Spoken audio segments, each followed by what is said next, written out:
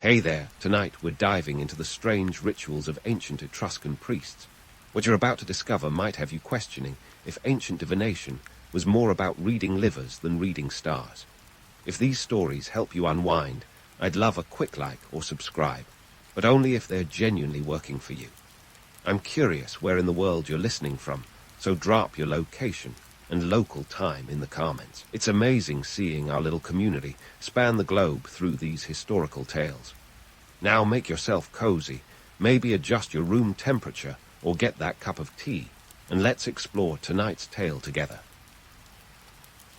You've just rolled out of bed in the bustling streets of ancient Etruria, a place where the line between religion and politics is as thin as a toga. The Etruscans, always the trendsetters in the ancient world, had priests who were like the rock stars of their society. But instead of guitars and groupies, these priests wielded bird entrails and sheep livers. Welcome to the world of haruspicy and augury, where deciphering the future was all in a day's work. Now, let's talk about haruspicy, the ancient art of liver gazing. In a time when Google was centuries away, Etruscan priests would take a freshly sacrificed sheep and inspect its liver to predict everything from harvests to political upheavals. Think of it as the original way to read the room, but with more blood and guts. And speaking of blood and guts, you might be wondering about the price tag on one of these sacrificial sheep. Around 500 BCE, you'd be looking at roughly a drachma or two, which was no small change. Imagine shelling out a couple of bucks every time you needed some divine guidance. And who picked up the tab, you ask? Naturally, it fell to the community, or, in some cases, wealthy patrons who wanted to curry favor with the gods, and maybe secure a little political clout on the side. The priests themselves were the ultimate multitaskers. These guys had one foot in the spiritual world, and the other firmly planted in politics. With their ability to influence both the divine and the mortal, they were basically the social media influencers of their time. Etruscan leaders would consult them before any major decision, whether it was going to war or hosting the ancient equivalent of a dinner party. If you could convince a priest that the gods were on your side, you'd probably win that election, or at least avoid a divine thunderbolt. But let's not get too carried away with the glamour of it all. For every priest who was a political powerhouse, there were probably a dozen more who were just trying to make a living, and the economic implications of their rituals were significant. A bustling market for sacrificial animals meant that local farmers could make a tidy profit, provided they didn't mind their livestock ending up on the wrong end of a priest's knife. Not to mention the artisans who crafted the intricate tools of the trade, from knives to ornate liver models used in haruspicy. Yes, there were actual models of sheep livers, like the ancient version of a cheat sheet for priests in training. Let's not forget augury, the art of interpreting the will of the gods through the flight patterns of birds. While it might sound like a scene from a Disney movie, it was serious business back then. Priests would stand on special platforms, watching the sky like ancient air traffic controllers. Each chirp, flap, and dive was a potential omen. It's enough to make you wonder how many times a flock of pigeons sent ancient Etruria into a frenzy over an impending disaster that never came. The Etruscans weren't alone in these practices, but they sure knew how to make a spectacle of it. Their neighbors, the Romans, admired and eventually adopted many of these rituals, albeit with their own twist. But while the Romans were busy conquering the world, the Etruscans were perfecting the art of reading sheep guts. Different strokes for different folks, as they say. So next time you're trying to make a decision and find yourself consulting the stars or flipping a coin, spare a thought for the Etruscan priests. They did it first, and they did it with style. Just remember, their methods might seem strange now, but in a world without modern science, a little divine intervention was the closest thing to certainty. And who knows, maybe there's something to be said for a well-timed bird's flight or an unusually shaped sheep liver. Just don't try this at home, or anywhere else for that matter. Speaking of well-timed bird flights, let's dive into the priest's toolkit, a veritable cornucopia of ancient oddities that would make any modern scientist do a double take. First on the list are the infamous liver models, crafted from bronze or clay. Imagine being a priest in training, poring over these anatomical cheat sheets like a student cramming for finals. Each bump and groove on the model represented a different potential sign from the divine. If you think your job is stressful, try predicting the fate of a civilization while elbow-deep in mutton organs. These models weren't just for show. They were intricate, detailed, and dare I say, surprisingly scientific for an era when the wheel was still considered cutting-edge tech. You see, the Etruscans were meticulous in their observations, noting the size, shape, and color of the liver. They had a sort of proto-scientific method, blending empirical observations with divine interpretations. And before you dismiss it all as primitive hogwash, remember that in a world without microscopes, this was practically rocket science. Now, on to the bird-watching manuals. These were like ancient field guides, instructing priests on how to interpret the avian antics unfolding overhead. Details mattered. The species of bird, the direction of flight, even the number of chirps. It's the kind of attention to detail that would make a modern ornithologist proud, or perhaps a little jealous. After all, who wouldn't want to predict a political coup based on a sparrow's morning commute? But let's talk about when things went hilariously wrong. There's a tale of a priest who confidently predicted a bountiful harvest based on a particularly plump liver, only to be met with famine. Oops. Or the time a flock of birds supposedly forecasted a victory in battle, but the Etruscans ended up on the wrong side of a Roman spear. It's proof that even divine insight isn't foolproof. These moments aren't just footnotes. They remind us that, for all their mystical aura, Etruscan priests were humans prone to error, just like the rest of us. Now, the legends of their accuracy, while enchanting, need a healthy dose of skepticism. Sure, there were successes, enough to keep the priests in business and the populace on edge. But let's not forget that confirmation bias has been a human pastime since the dawn of time. When a prediction came true, it was celebrated and remembered. When it didn't, well, maybe the gods changed their minds last minute, right? The societal impact of these celestial readings was profound. Priests wielded the power to sway public opinion, influence political decisions, and even dictate economic policy. Imagine having that kind of sway today. Every tweet dissected like a sacred text, every press conference a divine pronouncement. The Etruscans lived in a world where the boundary between the earthly and the divine was as thin as a sheet of papyrus. Their society was built on these interpretations, shaping everything from warfare strategies to agricultural cycles. And let's not overlook the economic ramifications. The demand for sacrificial animals and crafted tools kept certain sectors booming.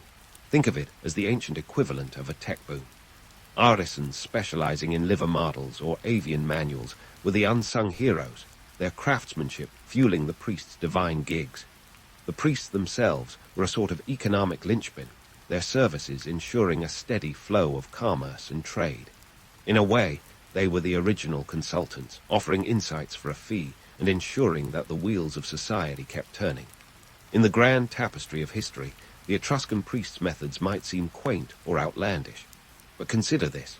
They were doing the best they could with the tools they had, blending observation, tradition, and a dash of mysticism to make sense of a chaotic world. And while modern science might scoff, there's something undeniably human about trying to find meaning in the randomness of life. So, next time you spot a bird on your way to work, remember the Etruscans. They might just inspire you to look at the world a little differently. No liver required. The Etruscans might still inspire your morning commute musings, but let's shift our focus to their cultural neighbors and eventual conquerors, the Romans. The Romans had a knack for taking what they liked from other cultures and putting their own imperial spin on it. Think of them as the ultimate cultural magpies, swooping down to pluck the shiniest customs from their neighbors and embedding them into the heart of Roman life. And the Etruscan rituals. Oh, they were the shiniest of all. The Romans were nothing if not practical. They took one look at the Etruscan rituals and thought, we can do this, but let's make it big and loud. They didn't just adopt these practices. They scaled them up into grand public spectacles that would make even the most seasoned Etruscan priest blush. The Romans were all about the show, and when it came to haruspicy and augury, they rolled out the red carpet, or in this case, the red blood-soaked sheepskin. Let's dive into the gruesome details, shall we? Roman leaders, ever the savvy politicians, realized that these spectacles could be the perfect tool for state propaganda. Nothing unites a restless public quite like a good old-fashioned ceremony promising divine favor. The Romans saw the Etruscan priests' intimate rituals and turned them into public affairs. complete with pomp, circumstance, and plenty of political undertones. Imagine attending a state-sponsored haruspice, where the entrails of a sheep are examined not just for divine insight, but also as a public endorsement of the emperor's latest war campaign. The economic implications of such events were staggering. In Rome, staging these rituals was no cheap affair. Sacrificial animals had to be procured en masse, which was great news if you were a sheep farmer, but less so if you were the sheep. By the time of the late Republic, the cost of a high-quality sacrificial bull could be upwards of 100 denarii, equivalent to a month's wages for a Roman soldier. These public spectacles were an investment, and the returns were measured in political stability and public morale. Now, if you think the Romans were just mindless carpet-cats, think again. They added their own flair to these rituals, which often meant bigger, bloodier, and with more spectators. The Romans loved a good audience, and the priests became performers on the grand stage of the forum. The augurs, too, were elevated to a new status, their every pronouncement eagerly awaited by the masses, who were hungry for both entertainment and reassurance that the gods were on their side. But why, you might ask, did the Romans bother with such elaborate shows? Wasn't their military might enough to keep everyone in line? Well, here's where the political motivations get interesting. For the Romans, these rituals weren't just about divine favor. They were a tool to legitimize power. By adopting Etruscan customs, Roman leaders could portray themselves as both traditional and innovative, grounding their reign in ancient practices while simultaneously showcasing their ability to enhance them. It was the ultimate political maneuver. Respect tradition, but make it clear who's really in charge. Of course, not every Roman was convinced. There were senators who grumbled about the cost and questioned the sincerity of these rituals, suspecting that the entrails were more about theater than theology. But public opinion was a powerful force, and the spectacle of a well-timed augury predicting a bountiful harvest or a military victory was enough to sway the masses. It's a tale as old as time. When in doubt, distract with a good show. And speaking of shows, let's not forget the sheer human effort involved in these spectacles. The priests, who had once performed their rituals in relative solitude, now had to adapt to the pressure of public performance. Imagine being an augur, trying to maintain your composure while thousands of eyes scrutinize your every move, a crowd ready to erupt in cheers or jeers, depending on your interpretation of a sparrow's flight. No pressure, right? Despite the glitz and glamour, the reality of these rituals was far from perfect. Mishaps were inevitable, and when predictions failed, the blame game was quick to follow. A botched haruspice could lead to public unrest, and when the entrails didn't align with political goals, it was often the priests who bore the brunt of public frustration. It's a reminder that, beneath the veneer of divine insight, these rituals were deeply human affairs, subject to the same pitfalls and pressures as any modern public performance. In the grand scheme of Roman society, these adopted rituals formed a crucial part of the cultural tapestry. They were a fusion of belief, politics, and performance, a reflection of Rome's unique ability to assimilate and amplify the practices of those they conquered. And while the Etruscans might have gawked at the scale of it all, there's no denying that their legacy lived on in the grand spectacles of the Roman state. So, as we draw this curtain of history back ever so slightly, remember that the next time you find yourself caught in the drama of modern life, the echoes of those Roman spectacles still resonate. After all, whether it's a political rally or a sports event, the power of performance remains timeless. And just as the Romans understood, sometimes the best way to manage a crowd is to give them a show they'll never forget, entrails and all. And speaking of shows that linger in memory, let's dive into the backstage drama of the Etruscan priesthood. Picture this not as a stroll through a serene monastery garden, but more like navigating a political minefield with divine entrails in hand. The priesthood may have had its aura of mystique and reverence, but beneath that ceremonial robe was a tangle of ambition, intrigue, and yes, even scandal. Now, who got to be a priest in this ancient world? Spoiler alert, it wasn't your everyday Etruscan off the street. The priesthood was an exclusive club, often limited to the upper echelons of society. Think of it as the ancient equivalent of gaining entry to a high society golf club, except instead of swinging clubs, you're interpreting bird flights and examining sheep livers. Typically, the role was reserved for those of noble birth or significant wealth. This wasn't just about piety. It was about power, status, and connections.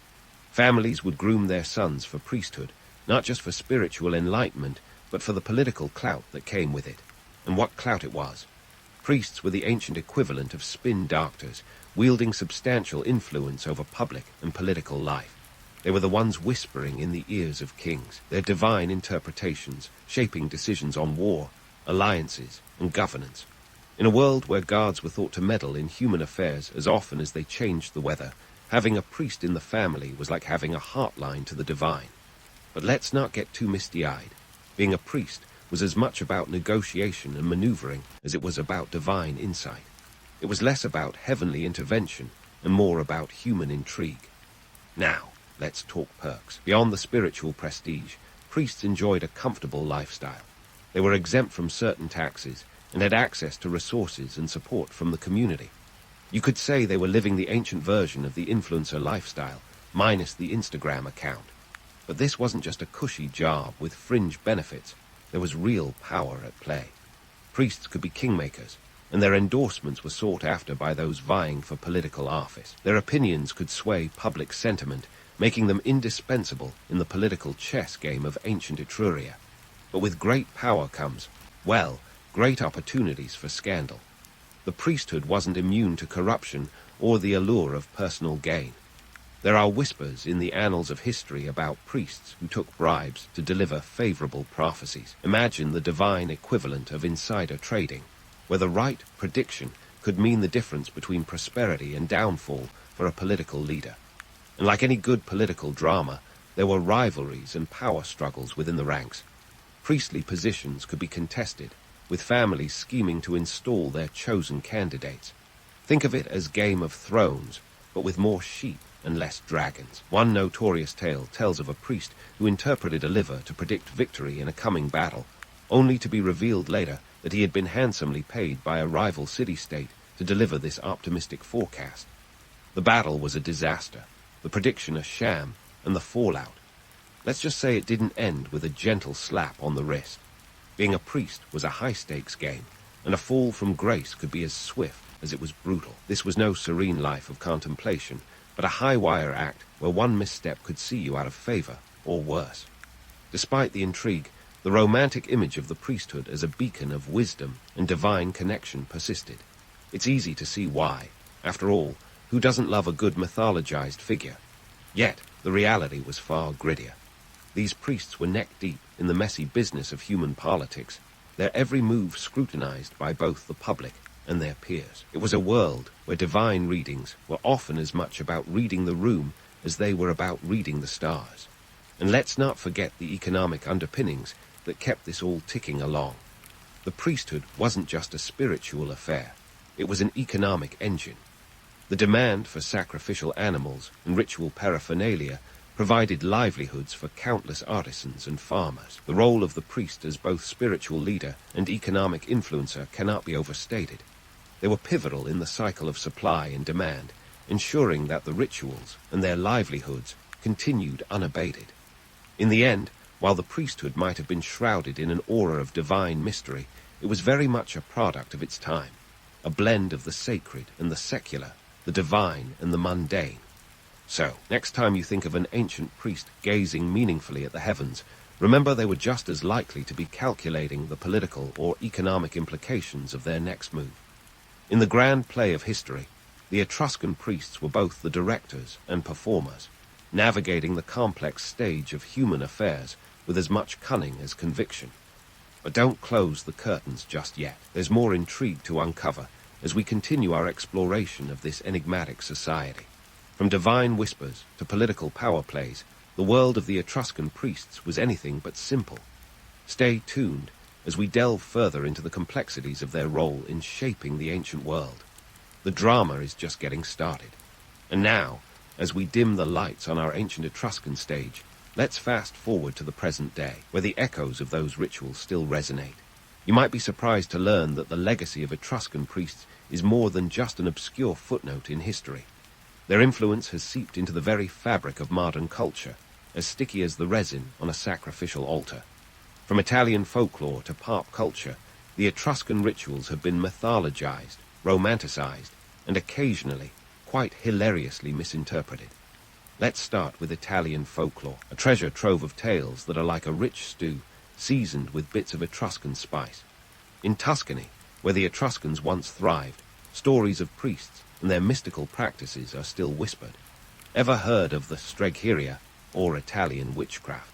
It supposedly traces its roots back to Etruscan religious practices, complete with a dash of medieval reinterpretation. While the connection might be more about romantic nostalgia than historical accuracy, it serves as a reminder of how the Etruscan lore has permeated through the centuries. Moving on to pop culture, the Etruscans have had their 50 minutes of fame, albeit with a few liberties taken. Take Hollywood, where the line between fact and fiction is as blurry as a priest's vision after a long day of liver gazing. Movies and TV shows have often drawn on the mysterious allure of the Etruscans, painting them as enigmatic sorcerers or mystical seers. Of course, the truth is less spellbinding and more grounded, but hey, never let the facts get in the way of a good story, right? Now, let's talk about the enduring fascination with these ancient people. Part of it is undoubtedly due to the Etruscans' own mysterious origins. Like the Stonehenge of civilizations, they just sort of appeared in the Italian landscape, leaving us with more questions than answers. Their language, still not fully deciphered, adds an extra layer of intrigue. It's as if they left us a tantalizing puzzle, and who doesn't love a good mystery? Then there's the allure of their religious practices, which seem both exotic and eerily familiar. The idea that a priest could predict the future by examining a sheep liver might sound outlandish, but in a world obsessed with astrology and tarot cards, perhaps it's not so different. We're still searching for signs and meanings in the chaos of life, albeit with less mutton involved. Historically speaking, the Etruscans were kind of like the indie band that never quite made it big, overshadowed by the Romans who took their best hits and went platinum. Yet, their influence on Roman religion and culture was profound, and by extension, they impacted Western civilization. The irony is that while the Romans often get the credit, the Etruscans were the original architects of many rituals and ideas that have endured. Economically, the rituals of the Etruscan priests offer a fascinating glimpse into the past. They reveal how religion was not just a spiritual affair, but a complex economic engine. The demand for sacrificial animals, ritual tools, and priestly services created a bustling market, much like the modern-day industries that thrive on spiritual practices. It's a reminder that the business of faith and fortune-telling is as old as civilization itself. In debunking the myths surrounding the Etruscan priests, we also highlight their human side. They were not all-knowing sages, but fallible humans navigating the murky waters of politics and religion. Their rituals, while steeped in mystique, were also grounded in practical realities. They needed to interpret signs, not just to appease the gods, but to guide their communities in a world where certainty was as elusive as a sparrow's flight. So, what do we take away from all this? Perhaps the realization that history is a curious blend of fact and fiction, shaped by those who tell it. The Etruscan priests, with their entrails and auguries, remind us that the quest for meaning is timeless. And while we might not be examining sheep livers today, the search for divine guidance continues in new forms. As you ponder the legacy of the Etruscans, consider how their rituals were not just about predicting the future, but about understanding the present. They sought to make sense of a world that was unpredictable and often harsh, much like we do today. And maybe, just maybe, their methods, though steeped in blood and feathers, were not so different from our own attempts to find order in the chaos. So the next time you stumble across an ancient Etruscan artifact or hear a tale of mystical priests, remember, beneath the layers of myth and mystery lies a story of human curiosity and resilience. The Etruscans may have faded into history, but their influence lingers on, a testament to the enduring power of belief and the timeless human desire to decode the mysteries of life. And as the curtain falls on our historical journey, keep your eyes peeled and your mind open. You never know what ancient wisdom might still be waiting to surprise you. In the tiny Tuscan town of Vinci, the year 1452 gave the world a mind so extraordinary, so ahead of its time, that it would take centuries for humanity to even begin to catch up. Enter Leonardo da Vinci, the man who made Renaissance man both a job title and a compliment. Born on April 15th, the illegitimate son of a notary, Piero da Vinci, and a peasant woman named Caterina. Leonardo was the ultimate Renaissance wildcard. Illegitimacy could have been a stumbling block, but for Leonardo, it was more like a trampoline. With no legitimate heir to his father's estate, Leonardo dodged the family business like a pro.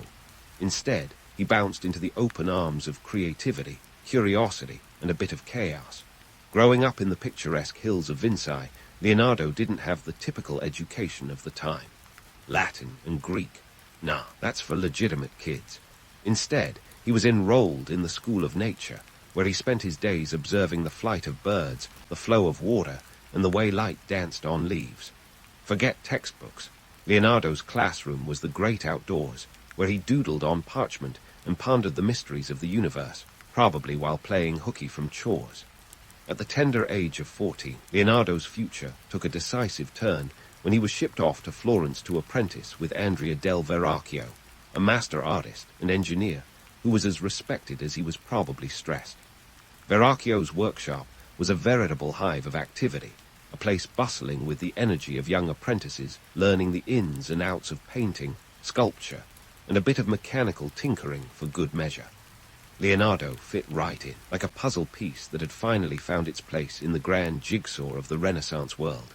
Now, Verrocchio was no fool. He recognized Leonardo's raw talent, and let's be honest, probably saw him as a bit of a golden goose. But Leonardo, being the unconventional genius that he was, couldn't help but push boundaries. Take the story of the baptism of Christ, a painting Verrocchio was working on in the 1470. Legend has it, though it's likely more myth than fact, that Leonardo painted an angel in the corner of the canvas that was so beautiful, so ethereal, that Verrocchio allegedly swore off painting forever, realizing he'd been outdone by a teenager. Whether or not that story is true, it certainly captures the spirit of young Leonardo, a creative force to be reckoned with, and not someone who'd simply color within the lines.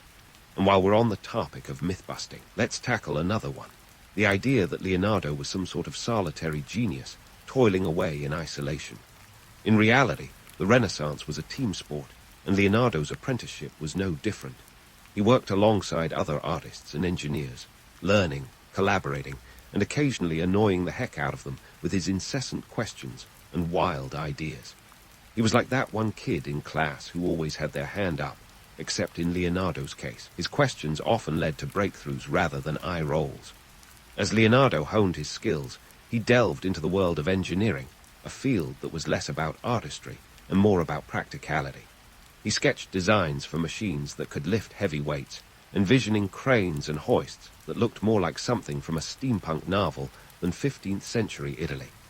His notebooks, filled with sketches and musings, were like an early version of Google Docs, except they were filled with doodles of cats and fantastical flying machines alongside serious engineering blueprints. But let's not get too romantic here. Leonardo's early career was not all smooth sailing. His innovative ideas didn't always sit well with the more traditional folks in Florence.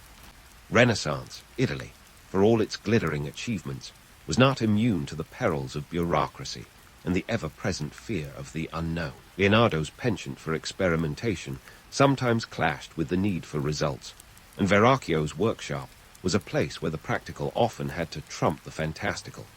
Yet, it was precisely this tension between the old and the new, the traditional and the subversive, that fueled Leonardo's creative fire. He was a man who could not be contained by the conventions of his time, constantly pushing the envelope, and in the process, setting the stage for the future. Leonardo's apprenticeship was more than just a stepping stone. It was a crucible that forged his talents and set him on a path to become one of history's most celebrated polymaths. So, as we wrap up this first act of Leonardo's life, let's take a moment to appreciate the sheer audacity of it all. Here was a young boy from Vinci, born under circumstances that could have easily relegated him to the sidelines of history, yet he managed to carve out a place for himself in the annals of greatness. Leonardo da Vinci, the original Renaissance rebel, was just getting started, and the world would never be quite the same again. And so, with the audacity of a young lion ready to roar, Leonardo da Vinci stepped into his prime years, a time when Florence and Milan were the bustling epicenters of art, commerce, and the occasional political drama. Landing in Florence in the 1480, Leonardo found a city that was as much a patron of the arts as it was a playground for power politics. The Medici family, Florence's unofficial rulers, and the world's most infamous art collectors were playing 4D chess with Europe, and Leonardo was more than eager to join the game. But let's pump the brakes on this Renaissance roller coaster for a moment. We often picture Leonardo as this untouchable genius, effortlessly gliding through the art world. The reality was more like Leonardo dancing on a tightrope, juggling art commissions like flaming torches while trying to keep his financial house from burning down. The guy had an appetite for the finer things in life, and let's just say his art didn't always keep pace with his expenses. In fact, being a Renaissance man with expensive tastes often meant that Leonardo was one commission away from financial ruin. Enter Ludovico Sforza, the Duke of Milan, a man whose taste for art was only rivaled by his appetite for political power. Leonardo saw Milan as a fresh canvas, a place where he could paint his dreams in the colors of reality. In 1482, he penned a job application to Ludovico that was part resume, part manifesto, boldly claiming he could design everything from bridges to cannons. And oh, by the way, paint a decent picture if you needed one. Talk about shooting your shot. Leonardo soon found himself in Milan, a city that was in many ways the antithesis of Florence. While Florence was all about finesse and philosophy, Milan was about muscle and machinery. It was the ideal setting for Leonardo's dual passions, art and science. Here, he would be tasked with creating one of his most famous works, The Last Supper, a painting that has sparked more conspiracy theories than a late-night History Channel special. The Last Supper was commissioned for the refectory of the convent of Santa Maria del Grazie. It wasn't just any wall decoration. This was Leonardo's chance to leave his mark on history. But true to form, Leonardo couldn't simply paint the thing and call it a day. No, he had to experiment with new techniques, opting for a dry plaster method instead of the tried and true fresco technique. Big risk, big reward, right? Well, not exactly. Within a few decades, the masterpiece started to deteriorate, proving that sometimes innovation is a double-edged sword. But let's not be too hard on Leonardo. After all, he was a pioneer. His portrayal of the apostles reacting to Jesus' announcement of betrayal is a masterclass in capturing the human condition. The expressions on their faces could rival a modern-day soap opera in drama and complexity. Yet, for all its brilliance, The Last Supper is also a testament to Leonardo's infamous habit of leaving projects unfinished or in a state of perpetual revision. The guy was the original tinkerer, never quite satisfied, always finding something that could be improved. As if painting and inventing weren't enough, Leonardo kept himself busy with an array of scientific inquiries. His notebooks, filled with over 13,000 pages of sketches and musings, were like a Renaissance version of a Pinterest board gone wild. From flying machines to war engines, Leonardo's ideas were a curious blend of genius and impracticality. It's said that he designed an early prototype of the helicopter, a sketch that looked more like a corkscrew than anything that could leave the ground. But hey, dream big or go home, right? The challenge was that while Leonardo's mind was soaring through the clouds, his feet were often mired in the mud of financial reality. Patrons expected results, not just promises of innovation. And although Ludovico appreciated Leonardo's artistic talents, the Duke was also a man of numbers. Keeping one of the greatest minds of the Renaissance on the payroll wasn't cheap. Leonardo had to constantly hustle to secure patronage, a task that was as taxing as it was necessary. And here lies the cruel irony of being a Renaissance polymath. Leonardo's brilliance was as much a burden as it was a gift. His insatiable curiosity and endless projects required funding, but his tendency to start more than he finished often left him scrambling for the next paycheck. It wasn't just about artistic integrity. It was about survival in a world where the arts were a luxury, not a necessity. As Leonardo moved through his prime years, he became a master of navigating the precarious balance between creativity and commerce. His time in Milan wasn't just about painting or engineering. It was about proving that art and science could coexist, that beauty and utility could be two sides of the same coin. Yet, for all his successes, Leonardo's journey was far from a straight line. It was a winding path marked by triumphs and setbacks, a testament to the fact that even the greatest minds are not immune to the challenges of their time. So, as we leave Leonardo in the midst of his Milanese adventure, let's remember that his story is not just one of genius and innovation. It's a tale of human persistence, of a man who dared to dream beyond the limits of his world, even when the world wasn't quite ready for his dreams. The Renaissance was as much about struggle as it was about rebirth, and Leonardo da Vinci was its most enigmatic embodiment, forever caught between the realms of possibility and reality, between the sky and the earth. Speaking of straddling the cosmic divide between dreams and reality, Leonardo's later years were anything but a tranquil ride into the sunset. Picture a man who, despite leaving a legacy that would be dissected for centuries, was still very much in the trenches of life, battling the same mundane obstacles that plague us all. Yes, Leonardo da Vinci, the man who envisioned helicopters and painted eternal masterpieces, also wrestled with taxes, fought legal battles, and occasionally dodged creditors. By the early 1500, the winds of change were blowing through Italy, and Leonardo found himself in Rome, a city where the past and present cohabitated in a rather dramatic fashion.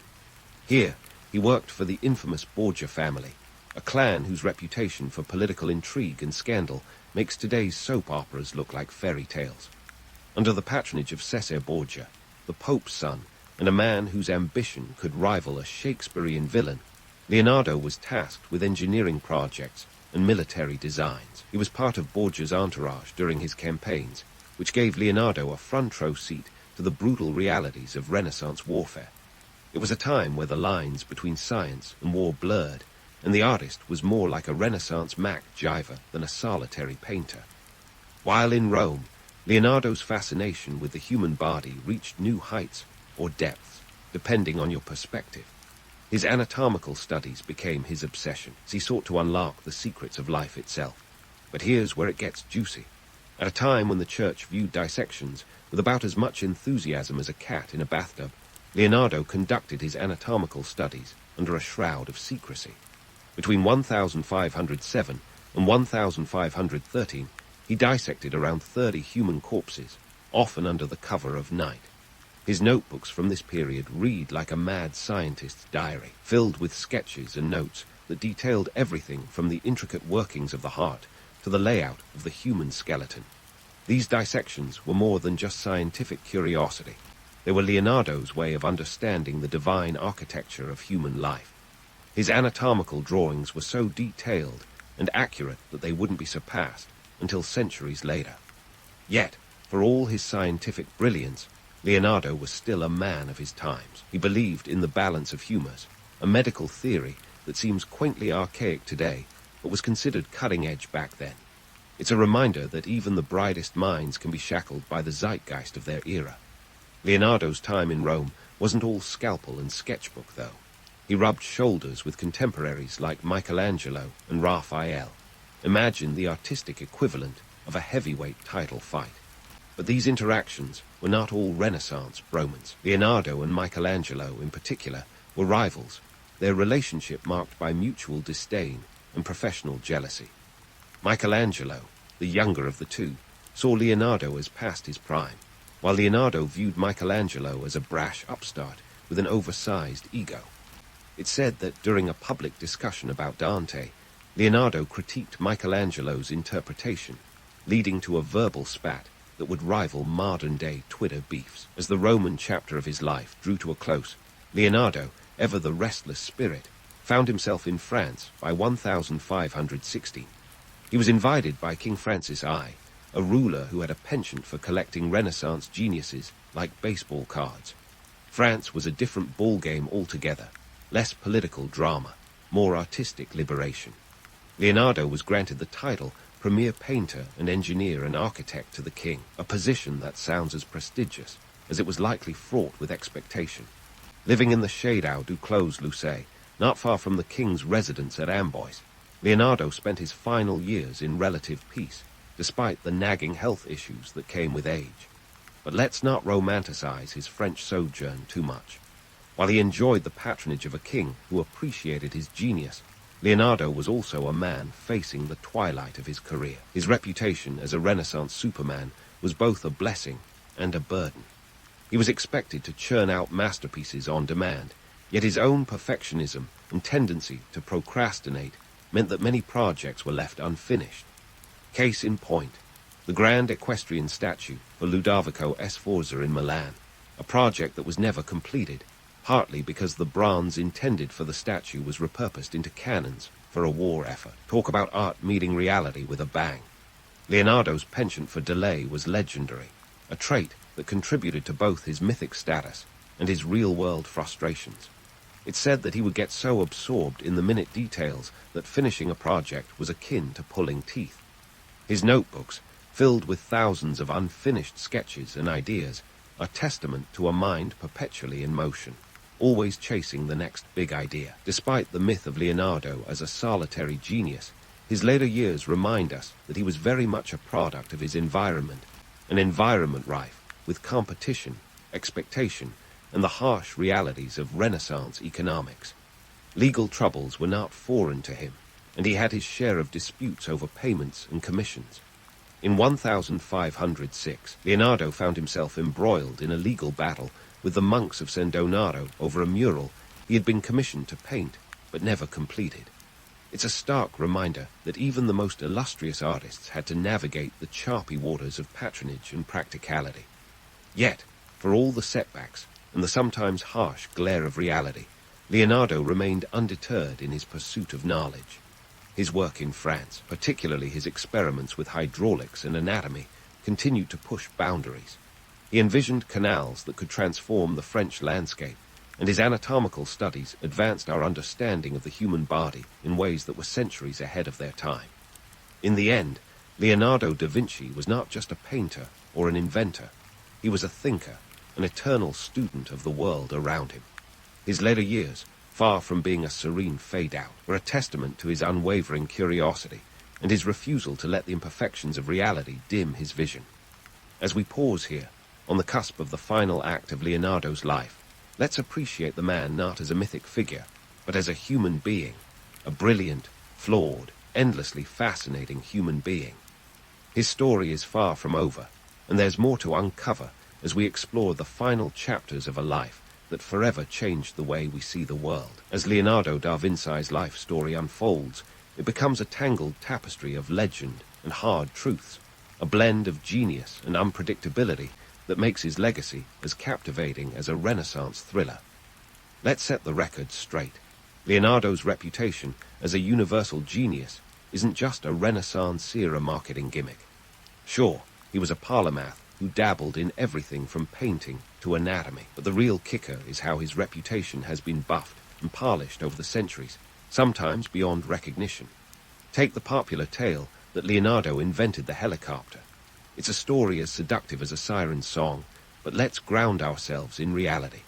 Leonardo did sketch a contraption known as the aerial screw in the 1480. Think of it as a medieval doodle of a flying machine with a spiral rotor. But if you're picturing Leonardo zooming around in the sky like a Renaissance Iron Man, pump the brakes. The thing was about as flight-ready as a lead balloon. No evidence suggests it was ever built, let alone tested. Instead, it was more a testament to Leonardo's imaginative leap than an actual blueprint for flight. And then there's his reputation as a solitary genius, which historians love to dissect like it's the Da Vinci Code. Leonardo did have his moments of lone wolf artistry. He was far from a hermit hunched over a candlelit desk. He thrived in the bustling workshops of Florence and Milan, surrounded by apprentices and fellow creators. Picture a Renaissance coworking space, full of collaboration, competition, and the occasional heated debate over perspective or pigments. What's often left out of the glossy narrative is how Leonardo was viewed by his contemporaries. In his own time, Leonardo was respected, sure, but he wasn't universally revered as the untouchable genius we think of today. He was a man of many unfinished projects, which irked patrons and left some skeptics shrugging their shoulders. To them, he was a brilliant mind, often tangled in his own web of ideas, a bit like that friend who starts a dozen projects only to finish a couple. Leonardo's contemporaries also saw him as a man who straddled the line between science and art. He was known for his meticulous dissections and anatomical studies, which were groundbreaking, but also, let's face it, a tad macabre. His drawings of the human body were so precise that they wouldn't be surpassed for centuries, but his fixation on the anatomical was as likely to raise eyebrows as it was to earn applause. In a world still steeped in superstition, not everyone was thrilled about a guy who spent his nights elbows deep in cadavers. Let's not forget the economic realities that shaped his life. Leonardo was no stranger to the hustle for patronage. In the competitive art world of Renaissance Italy, even a maestro like him had to keep the wolves of financial ruin at bay. Commissions from patrons like Ludovico Sforza and King Francis were not just artistic opportunities, but lifelines that allowed Leonardo to keep experimenting with his myriad ideas. Without these patrons, those famous notebooks might have been just a footnote in history, instead of the treasure trove of innovation they became. Leonardo's mythic status also owes a debt to the cultural fascination with the Renaissance itself, a period often romanticized as a golden age of art and science. The truth is, it was as much about political power plays and economic growth as it was about intellectual rebirth. Merchants and bankers, not just artists and philosophers, shaped the era. And Leonardo, with his knack for engineering and invention, was as much a product of this economic dynamism as he was a driver of cultural change. Fast forward a few centuries, and Leonardo's legacy has been both burnished and bent by time. Take the Mona Lisa, for instance. Today, she's the face of the Louvre, a cultural icon with a gaze that sparked countless interpretations. But in Leonardo's day, she was just another portrait, albeit a masterfully enigmatic one. It wasn't until the 19th century that the portrait gained its superstar status, thanks in part to the art world's growing obsession with the Renaissance and a little help from a heist in 1911, when the painting was stolen and subsequently recovered. Nothing like a good art heist to boost an artwork's profile, right? And then there's The Last Supper, which sits awkwardly between masterpiece and cautionary tale. Leonardo's experimental technique was a bit too adventurous for its own good, leading to an infamous degradation over time. Yet, it remains a cornerstone of his artistic legacy, partly because of the drama captured in the Apostles' expressions, partly due to its sheer scale and ambition.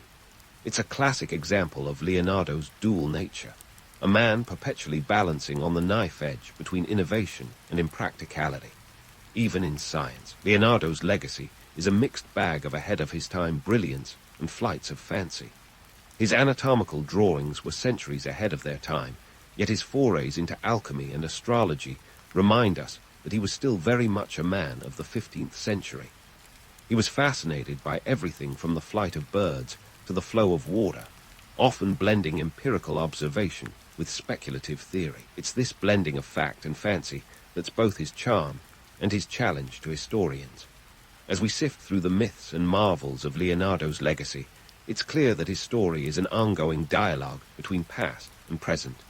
We're drawn to him not just for his achievements, but for his audacity to dream beyond the confines of his world.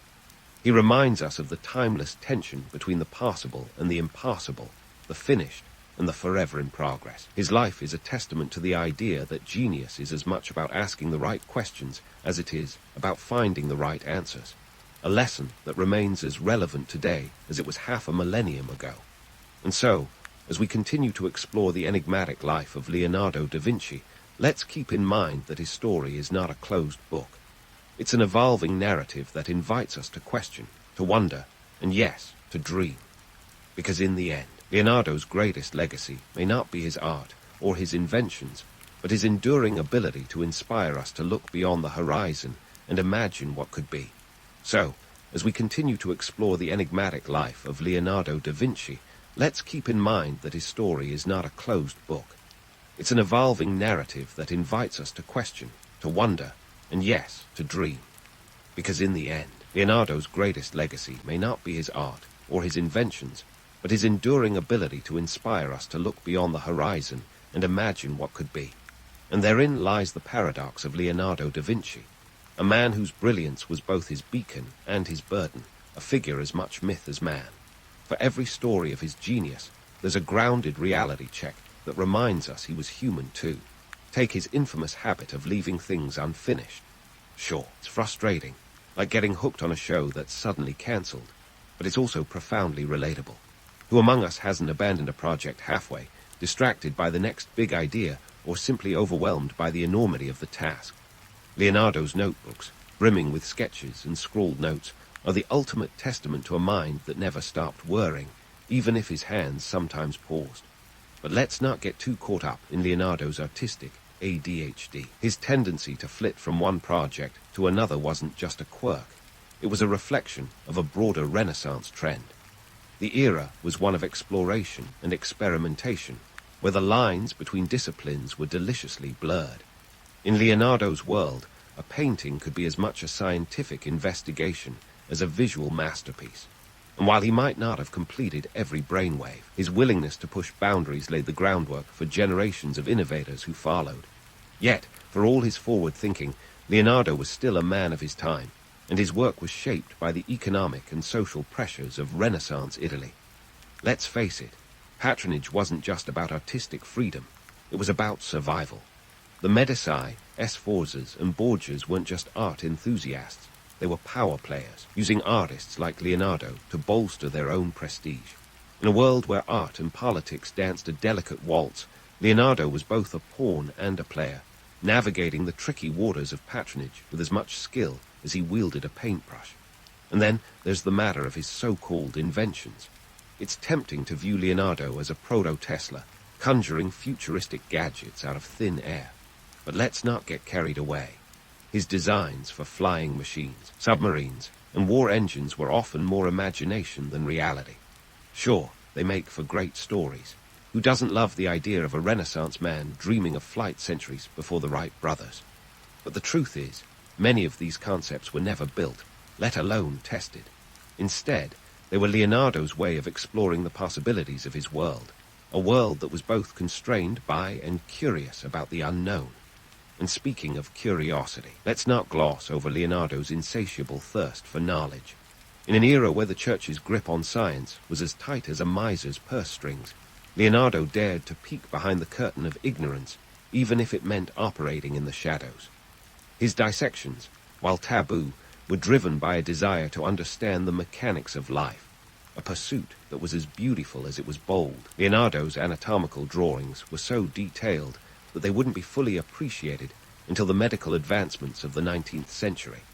It's a reminder that true genius often lies not in instant recognition, but in the quiet, relentless pursuit of understanding. But let's not romanticize his brilliance too much. For all his accomplishments, Leonardo was a man who struggled with the same human frailties as the rest of us. He worried about money, navigated complex relationships, and faced the ever-present specter of time running out. His final years in France, under the patronage of King Francis I, were marked by both tranquility and the bittersweet awareness that his time was drawing to a close. The king may have adored him, but even royal favor couldn't stave off the inevitable. In 1519, Leonardo passed away, leaving behind a legacy that was as unfinished as it was unparalleled. So what do we make of Leonardo da Vinci, this Renaissance rock star who left the world both dazzled and mystified? Perhaps the true measure of his genius lies not in what he completed, but in what he attempted. Leonardo's life was a masterclass in embracing the unknown, in daring to dream bigger than the confines of his reality. His story is a tapestry of contradictions, a man who was both revered and misunderstood, thinker who was both ahead of his time and a product of it.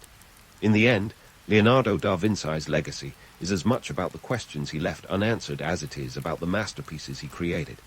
His life challenges us to look beyond the myths, to embrace the messy, imperfect journey of creativity and discovery. Because let's be honest, isn't that what makes history and life truly fascinating? The stories that keep us up at night aren't the ones with neat, tidy endings. They're the ones that leave us pondering, questioning, and most importantly, imagining. So, as we wrap up our journey through the life of Leonardo da Vinci, let's carry with us the spirit of curiosity that defined him. Let's dare to ask the questions that have no easy answers, to explore the edges of possibility, and to find beauty in the unfinished. Because in a world that often demands certainty, Leonardo reminds us that sometimes the most profound truths are found not in answers, but in the relentless pursuit of them. And that, my friends, is a legacy worth celebrating. Once upon a time, In the chaotic aftermath of Rome's collapse, the world was essentially a giant game of musical chairs, minus the music, and with way more swords.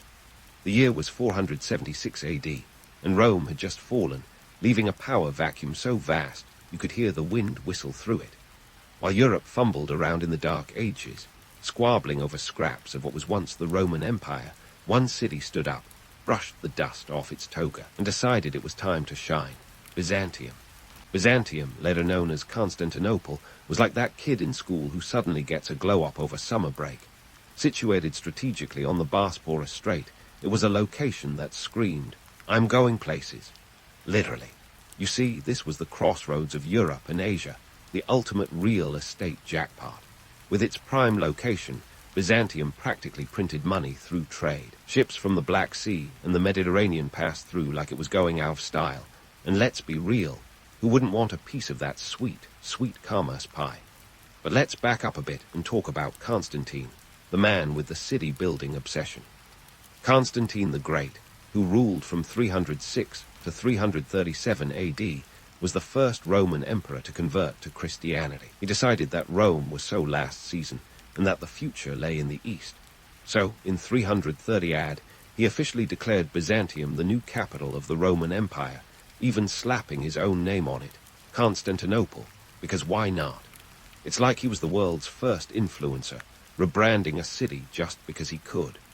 Constantine was the kind of guy who didn't do things by halves. He poured resources into the city like it was a slot machine that always paid out.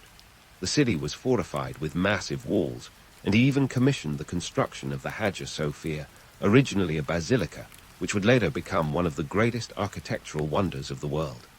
This was long before the iconic domes and minarets, but still, it wasn't exactly a shack. Now, here's a fun fact. Moving a capital isn't cheap, and Constantine's little side project cost a pretty penny. Historians estimate that the refoundation of Byzantium as Constantinople drained the imperial coffers by millions of solidi. But when you're the emperor, budgeting is more of a suggestion than a rule. And to be fair, it paid off. Constantinople soon became the beating heart of an empire that would endure for over 1,000 years. While Constantine's city was getting its glow up, Europe was in shambles. The Western Roman Empire was dealing with a revolving door of rulers and invaders, each with their own ideas about governance, mostly involving pillaging and plundering. The Visigoths, Vandals, and Ostrogoths all took turns at the helm, each leaving a bigger mess than the last. Meanwhile, Constantinople was like, thanks, but no thanks, and focused on becoming an unassailable fortress of opulence. But here's the kicker. Being the only empire left standing in a field of ruins wasn't all feasts and chariot races. The Byzantine Empire was surrounded by potential enemies, and maintaining this newly minted powerhouse required cold, hard cash. How do you finance an empire when you're the only one left with a crown? Taxes, my friend. Lots and lots of taxes. It was like the original tax season is coming meme, except it lasted all year. Constantinople's leaders had to be economic wizards, juggling the costs of a sprawling army, elaborate public works, and the not-so-small task of keeping the populace happy, or at least not in open revolt. This delicate balance was a high-wire act that required both deft political maneuvering and a robust treasury.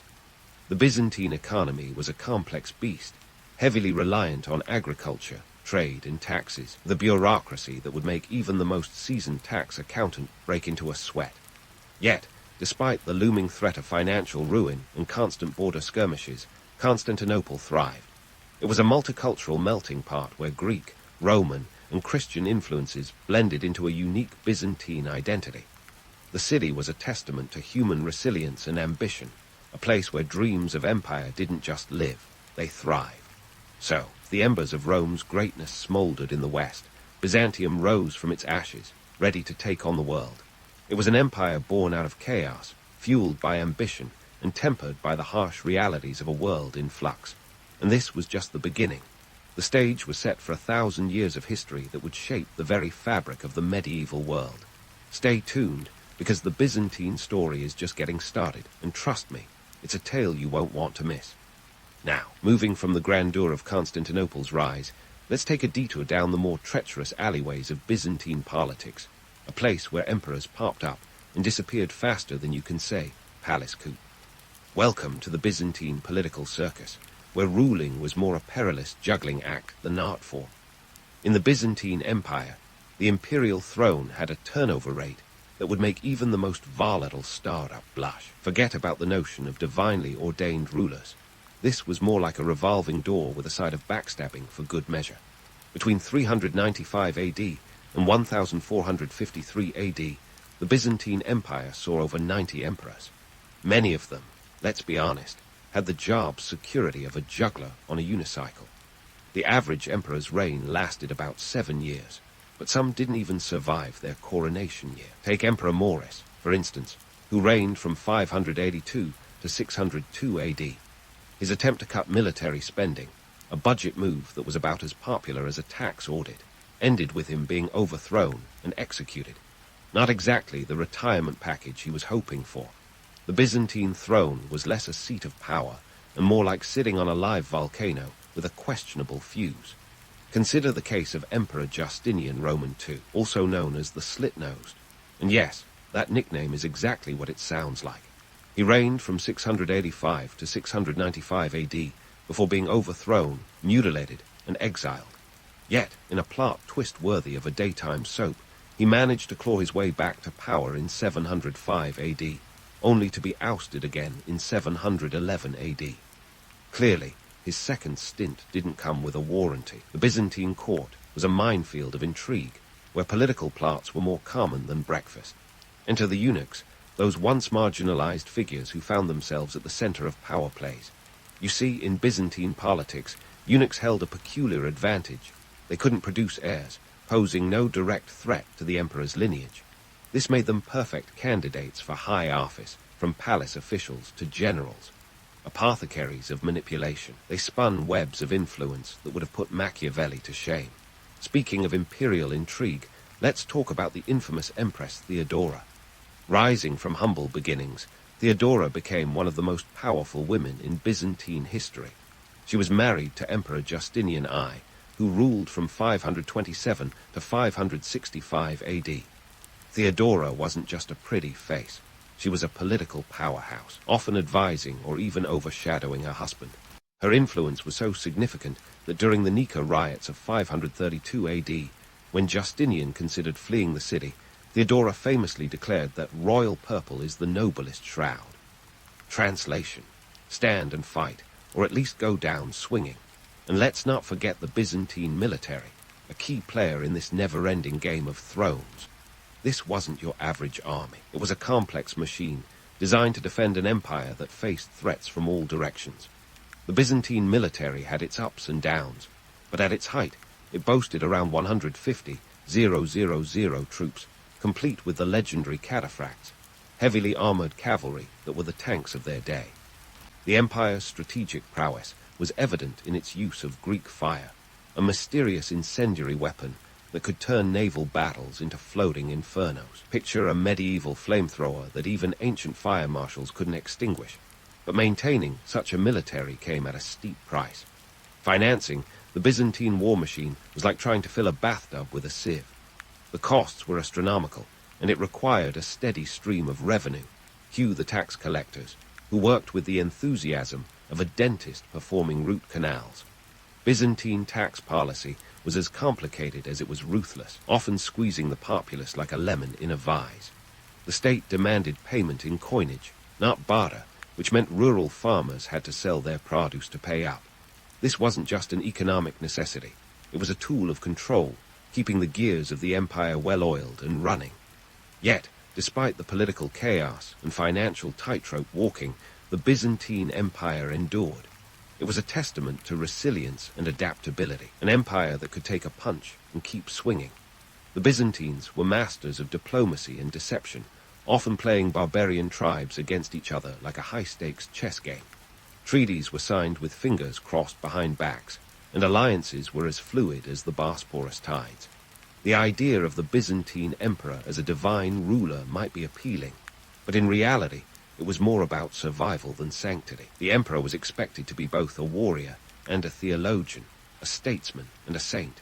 It was an impossible balancing act, where one wrong step could send you tumbling into the annals of history as just another failed ruler. In this world, divine right was less about heavenly endorsement and more about earthly cunning. As we leave this political carnival, remember that the Byzantine story is far from over. The empire's tapestry is woven with tales of glory and ruin, power and betrayal, innovation and tradition. It's a saga that continues to unfold, with more twists and turns than a Byzantine mosaic. So, hold on tight, because the ride isn't over yet. We've only scratched the surface of this enduring empire's legacy, and the best, or worst, is yet to come. As we peel back another layer of the Byzantine saga, let's dive right into the empire's cultural crescendo and economic engine, where trade routes were the arteries of power, and the Hagia Sophia was the crown jewel, not just an Instagram backdrop for emperors. We're talking about Byzantium's golden age, a period where the empire wasn't just surviving, it was thriving, dazzling the world with its wealth and sophistication like a medieval Las Vegas, minus the neon lights and Elvis impersonators. First, let's set the stage with some hard facts. The Byzantine economy was a marvel of its time. At its core were the legendary Silk Roads, those trade routes that didn't just cater to fashionistas, but were the lifeblood of commerce. This wasn't your average marketplace. It was an international bazaar where East met West in a flurry of goods and cultures. Silk, spices, precious metals, and exotic goods flowed through Constantinople like water through a sieve, making it a veritable El Dorado of trade. At the height of its power, the Byzantine Empire's GDP was estimated to be around 2 billion solidi, making it the economic powerhouse of the medieval world, a financial fortress in a time when most places were still figuring out the abacus. Now, if you think the Silk Roads were just about textiles, think again. Sure, silk was the superstar, those shimmering threads that turned heads faster than a chariot race. But it wasn't just silk that kept the Byzantine coffers jingling. The empire was a hub of activity, with goods ranging from the mundane to the magnificent. From Indian spices to Chinese porcelain and even Slavic slaves, the market was as diverse as it was lucrative. It was a smorgasbord of luxury and necessity, where the East's exoticism met the West's practicality. The Byzantine merchants were the unsung heroes of this economic miracle. They were the original globetrotters, braving treacherous routes and capricious markets to bring home the goods. Picture them as the medieval equivalent of Wall Street traders, albeit with fewer suits and more camels. And let's not forget the Byzantine currency, the solidus. This little gold coin was the Bitcoin of its day, accepted far and wide, a testament to the empire's economic might and stability. While other kingdoms dealt in barter and IOUs, the Byzantines were playing a high-stakes game of monetary monopoly. But trade alone wasn't enough to keep an empire running. Taxes, my friend, were the secret sauce. The Byzantine tax system was as Byzantine as it gets, complex, intricate, and not for the faint of heart. The state taxed everything from land to trade, keeping a tight grip on the empire's wealth. This wasn't just about filling the imperial treasury. It was about control. Taxes were a tool to manage the populace, to ensure loyalty, and to keep the wheels of empire turning smoothly. It was a delicate dance of revenue and resentment, a balancing act that required both finesse and force. Now, let's pivot to the cultural explosion that accompanied this economic boom.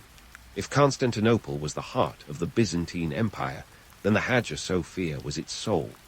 Originally built in 537 AD, under Emperor Justinian I, this architectural marvel was more than just a pretty face.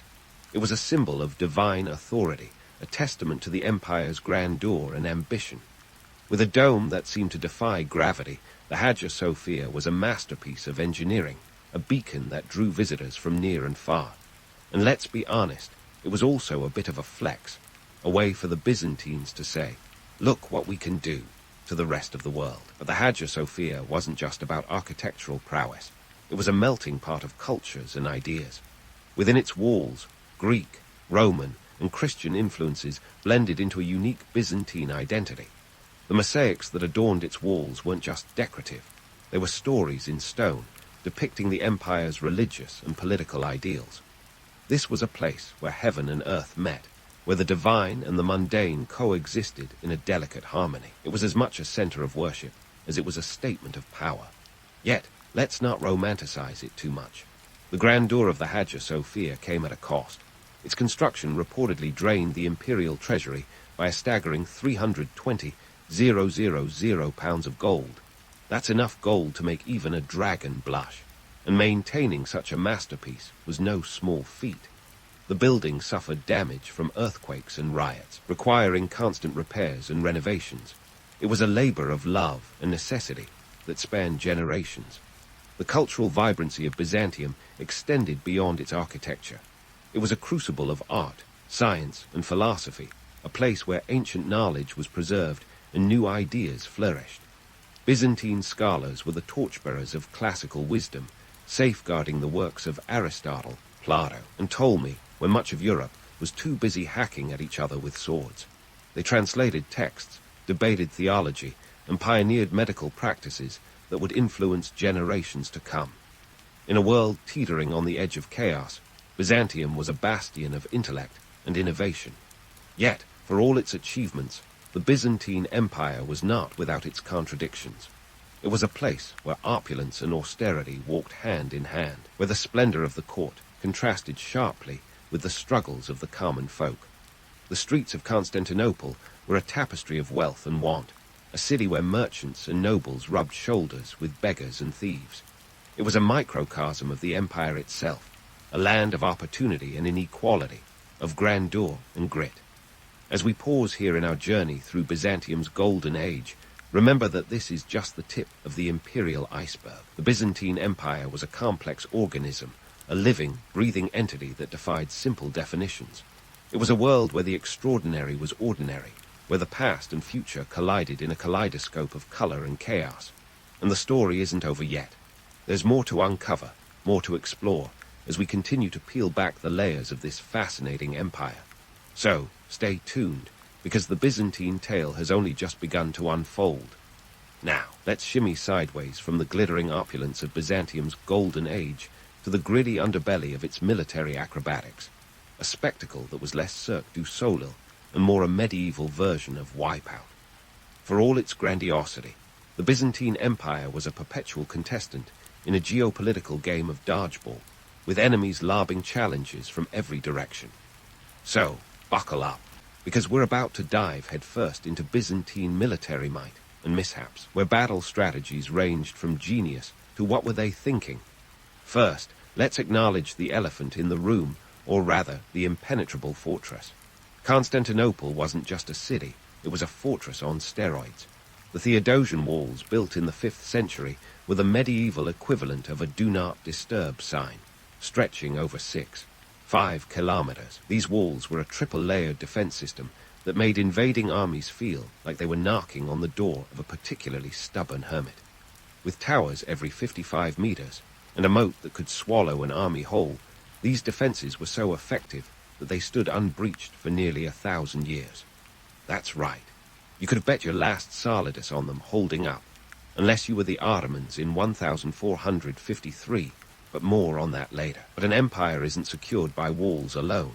Enter the Byzantine military, a tapestry of strategic brilliance and the occasional tactical faceplate. The Byzantine army, at its zenith, was a force to be reckoned with. It boasted a well-oiled machine of infantry, cavalry, and the famed cataphracts, a cavalry unit so heavily armored they resembled medieval tanks with hooves. These warriors were the pride of the empire, charging into battle with the kind of zeal usually reserved for Black Friday sales. Yet, the piece de resistance of Byzantine warfare was the legendary Greek fire, a concoction so mysterious that its recipe was one of history's best-kept secrets. Think Coca-Cola, but flammable. This incendiary weapon could turn enemy ships into floating bonfires faster than you could say, "Flame on." Picture a medieval flamethrower that was as much about psychological warfare as it was about physical destruction. The mere threat of Greek fire was enough to make would-be invaders think twice before testing the waters of Byzantine resolve. Despite these triumphs, Byzantium's military record was not without its blunders. Let's be candid. Sometimes their grand plans were about as effective as a screen door on a submarine. Take the Battle of Manzikert in 1071, for instance. Emperor Romano's Roman IV Diogenes led a massive army against the Seljuk Turks, but through a series of unfortunate events, including betrayal by his own generals. The Byzantines suffered a crushing defeat. This was not just a loss. It was the kind of strategic facepalm that made future historians sigh heavily and reach for a stiff drink. The economic toll of maintaining such a military was staggering. War is an expensive hobby, and the Byzantine treasury felt the pinch. Financing armies, fortifying cities, and occasionally paying off potential invaders required a steady flow of cash. The empire's fiscal policy was like walking a tightrope over a pit of hungry crocodiles. One slip, and it was all over. Taxes were the lifeline, and the Byzantine tax collectors were nothing if not persistent. Their motto might as well have been, "We get what you owe, or we get creative." But let's not paint the Byzantines as mere blunderers in battle. They were also masters of diplomacy, often managing to outwit their enemies without drawing swords. Byzantine diplomacy was a fine art, a game of chess where treaties and truces were as potent as any weapon. The Byzantines perfected the art of playing barbarian tribes against one another, ensuring that their enemies were too busy squabbling amongst themselves to pose a serious threat. It was a delicate dance of alliances and betrayals, where the empire always seemed to land on its feet, at least until it didn't. One of the empire's most cunning moves was the use of imperial marriages as diplomatic tools. By marrying into the ruling families of neighboring tribes and kingdoms, the Byzantines secured peace and influence without spilling a drop of blood. Call it matrimonial diplomacy, if you will. This was more than just a game of thrones. It was a game of in-laws, where a well-placed marriage could turn foes into friends, or at least frenemies. Let's not forget the infamous Varangian Guard, the emperor's personal bodyguards, who were as fierce as they were foreign. Composed mostly of Norsemen and later Anglo-Saxons, these warriors were the Byzantine version of a high-security detail, complete with axes and a penchant for loyalty. They were the emperor's shield and sword, a testament to Byzantium's ability to incorporate the best of the best from across the known world. Their presence in Constantinople was a sign that the empire was not only a melting pot of cultures, but also a crucible of military innovation. However, for all its adaptability, the Byzantine Empire was not immune to the ravages of time. By the late 11th century, the empire's borders were contracting like a nervous accordion. The once mighty Byzantine military was stretched thin, struggling to fend off the rising power of the Seljuk Turks and later the Ottoman Turks. The Crusades added another layer of complexity, as Western European knights marched through Byzantine lands with all the subtlety of a bull in a china shop. The Fourth Crusade in 1204 was a particularly low point, when these so-called allies sacked Constantinople, leaving the city reeling from a betrayal that felt as personal as it was political. Yet, even in the face of adversity, the Byzantine knack for survival persisted. The empire's ability to rebound from catastrophe was nothing short of remarkable. It was like watching a cat with 9 lives navigate a minefield, improbable and somewhat miraculous. Despite losing territories and enduring internal strife, the Byzantines managed to hang on, defying the odds with a resilience that was both frustrating and inspiring to their adversaries. As we draw this chapter to a close, remember that the Byzantine story is far from finished. The empire's tapestry is woven with tales of triumph and tragedy, of brilliance and blunders. It was a world where the extraordinary was routine, where the line between legend and reality was as blurred as the Bosporus on a foggy day. And while we've covered a lot of ground today, there's still more to explore, more to uncover about this fascinating empire. So, stay tuned, because the Byzantine saga continues, and trust me, you won't want to miss what's coming next. As we turn the page on Byzantium's storied past, let's dive into the twilight years of an empire that seemed to have more lives than a cat with an adrenaline addiction. The Byzantine Empire, that once mighty bastion of culture and power, was like history's version of a stubborn retiree, refusing to shuffle off the mortal coil until it was literally pried away in 1453. Spoiler alert, the Ottomans were the ones doing the prying. But let's not jump the gun. There's a whole saga of decline to unpack. First, let's address the elephant in the room, or more accurately, the crumbling fortress. By the 14th century, Constantinople was less the glittering jewel of the East and more a shadow of its former self, like a faded rock star clinging to past glory.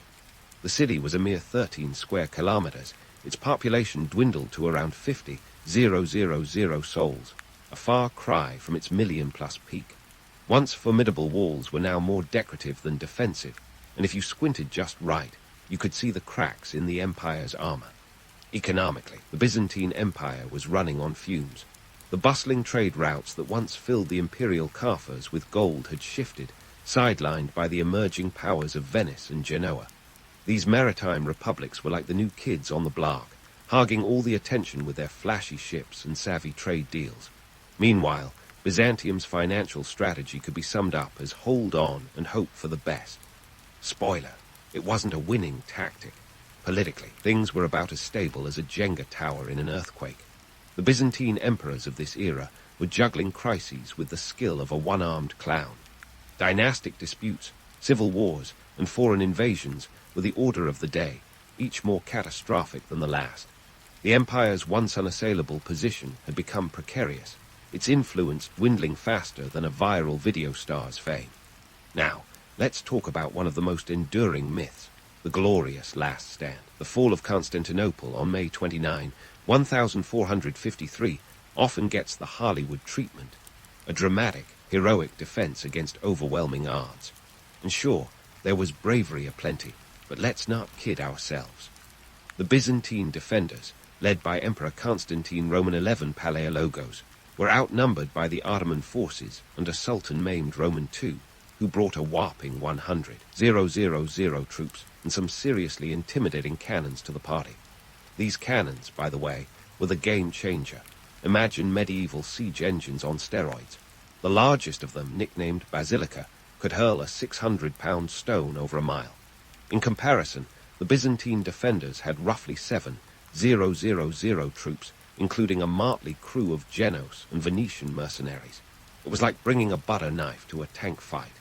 Yet, despite the odds, the defenders held the walls for nearly 2 months, embodying that quintessential Byzantine stubbornness.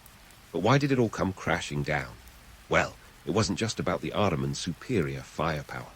The Byzantine Empire was like an old house with a termite problem, decaying from within. Years of political infighting, economic mismanagement, and military decline had eroded the foundations. The empire had become a patchwork quilt of vassal states, each with its own agenda, all the while the Ottomans were consolidating power like strategic chess masters. And let's not forget the role of religion in this saga. The Great Schism of 1054 had split Christianity into the Roman Catholic and Eastern Orthodox branches, turning what could have been allies into frenemies. Attempts at reconciliation were half-hearted at best, with the 1439 Council of Florence ending in a theological stalemate. When Constantinople finally called for help, Western Europe had other priorities, namely its own squabbles and the 100 Years' War. So, when the Ottomans finally breached the walls, it wasn't just the end of an empire, it was the end of an era.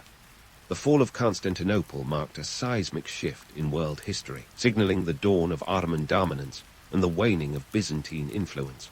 But while Byzantium, the empire, may have crumbled, Byzantium, the legacy, lived on. Culturally, the Byzantine Empire was a conduit of classical knowledge, a torchbearer that kept the flame of antiquity alive when the rest of Europe was busy playing medieval Mad Max. Byzantine scholars fled to the west after the fall, taking with them priceless manuscripts and ideas that would ignite the Renaissance. It was like the ultimate intellectual care package, delivered just in time to spark a cultural revolution. And let's not overlook Byzantine art and architecture, which left a lasting imprint on the world. The iconic domes, mosaics, and religious iconography became the blueprint for Eastern Orthodox churches and influenced Islamic architecture as well.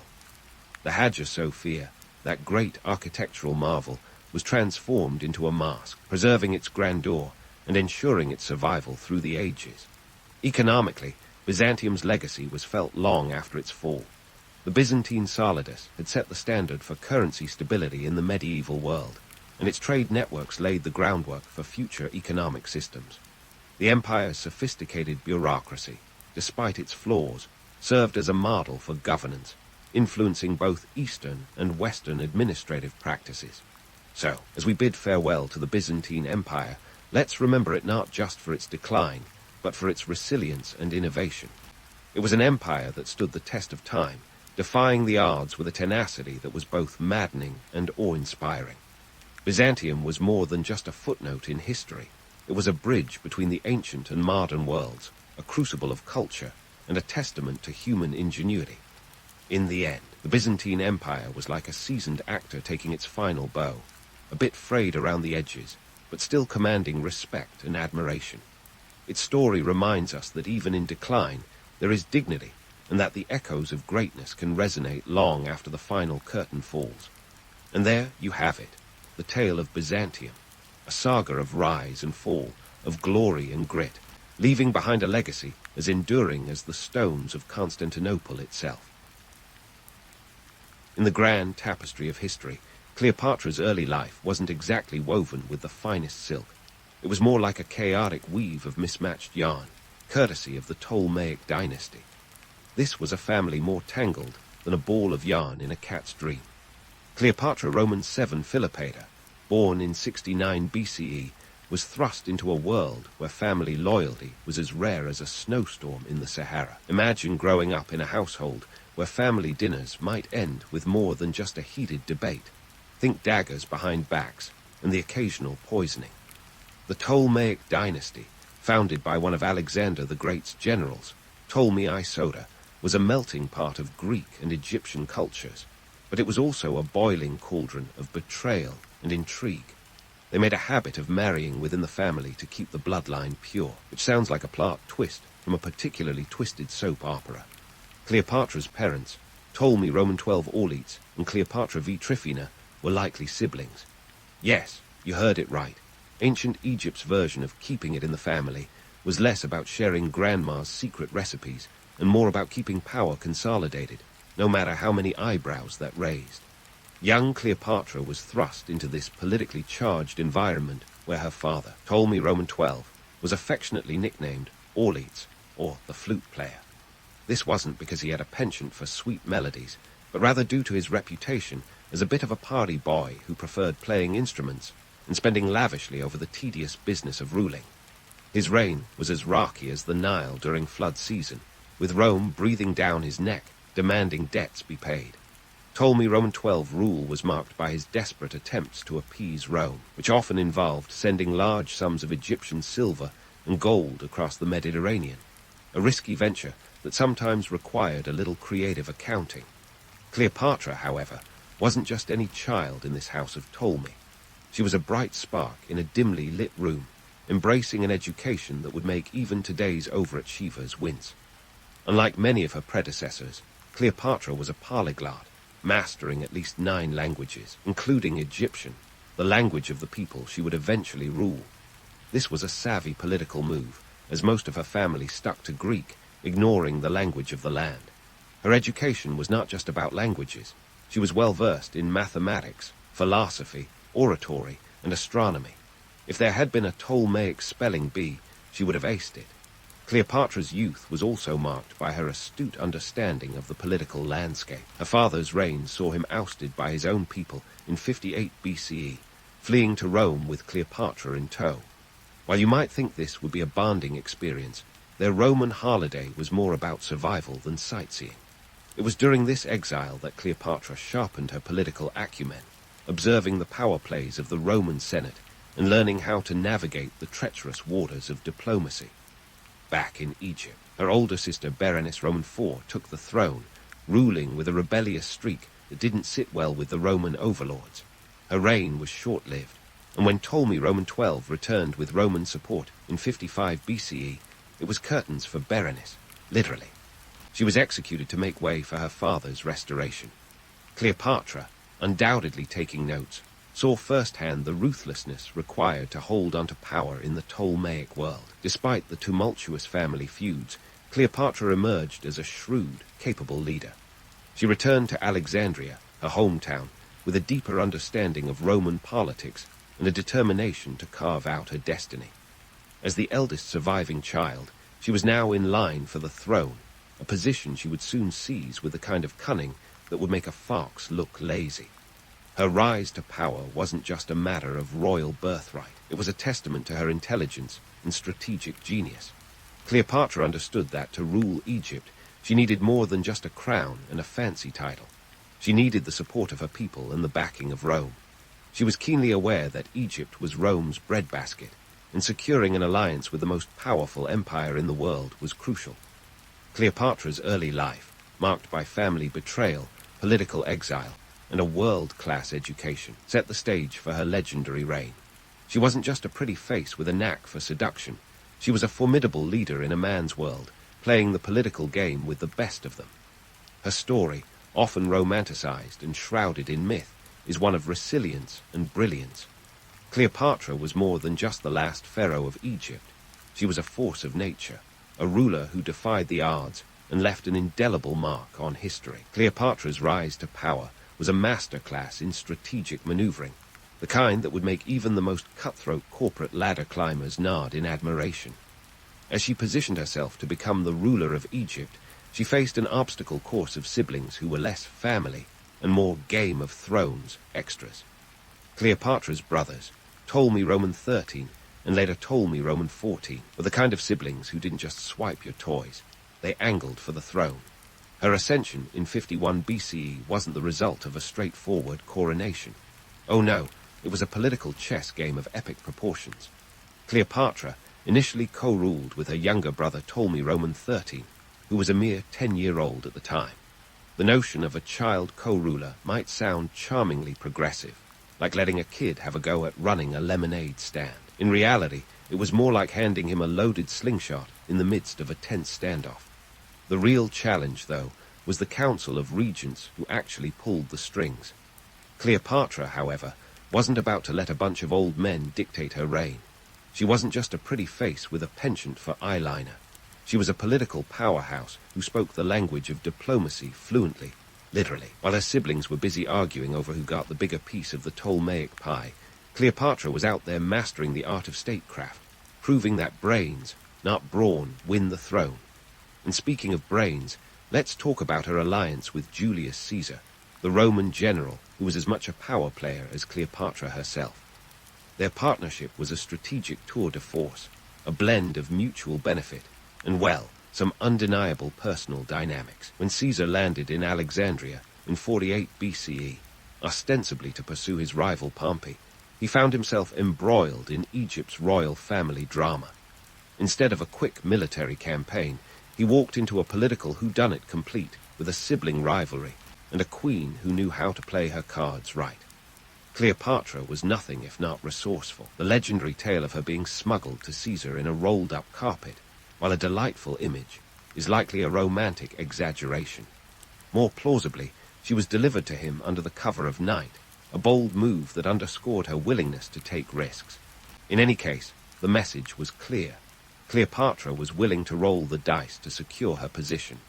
The relationship between Cleopatra and Caesar was as much a merger as it was a romance. She needed Roman support to solidify her rule, and Caesar, always the opportunist, saw the potential in aligning with Egypt's ruler.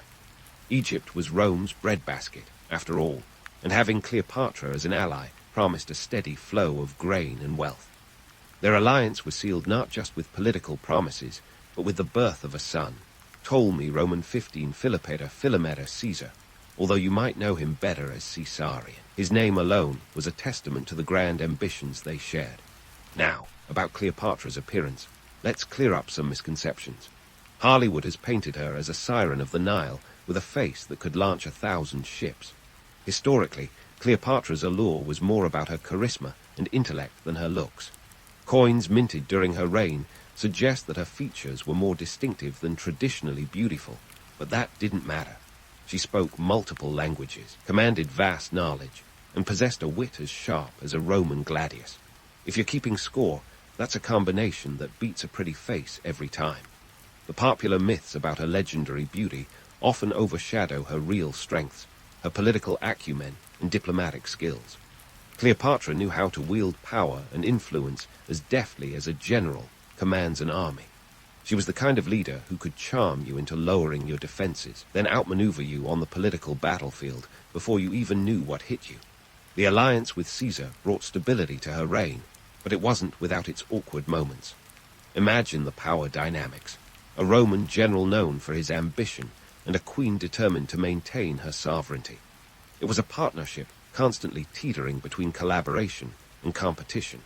Cleopatra was adept at balancing this precarious relationship, ensuring that Egypt remained an independent ally rather than a Roman province. Their time together was a whirlwind of political machinations and public appearances, including a famous journey down the Nile that was as much a display of power as it was a pleasure cruise. Cleopatra's command of the spectacle was unrivaled. She knew how to use pageantry to her advantage, turning each event into a statement of her prowess and influence. Yet, despite the grandeur, their alliance was tinged with the practicalities of survival. For Cleopatra, aligning with Caesar was about securing her position and Egypt's autonomy. For Caesar, it was about consolidating power and resources. It was a match made not in heaven, but in the volatile world of ancient geopolitics. So, as we unravel the layers of Cleopatra's rise to power, let's remember that her story is not just about romance and seduction. It's a tale of a woman who wielded intelligence and strategy to navigate a world dominated by men. Her partnership with Caesar was a testament to her political savvy, a calculated decision in a high-stakes game where every move could mean the difference between a crown and a coffin. In the end, Cleopatra's reign was defined not by her relationships with powerful men, but by her ability to use those relationships to achieve her own ends. She was a ruler who understood the weight of power and the art of negotiation, leaving an indelible mark on history as not just the last pharaoh of Egypt, but as a formidable leader in her own right. The legend of Cleopatra is a story of resilience and brilliance, a reminder that true power often lies in the mind more than in the might. Cleopatra's reign as the sole ruler of Egypt was more than just a throne room drama with fancy costumes and political intrigue. It was an economic balancing act worthy of a high-wire artist in a gale force wind. Picture this, a kingdom under constant threat from the Roman Empire, with Cleopatra juggling diplomacy and economics like a seasoned circus performer.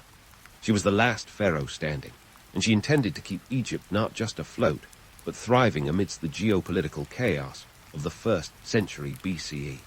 Cleopatra understood that the heart of her kingdom's power was its economy. Egypt was essentially the world's breadbasket, producing vast amounts of grain that fed Rome's insatiable appetite.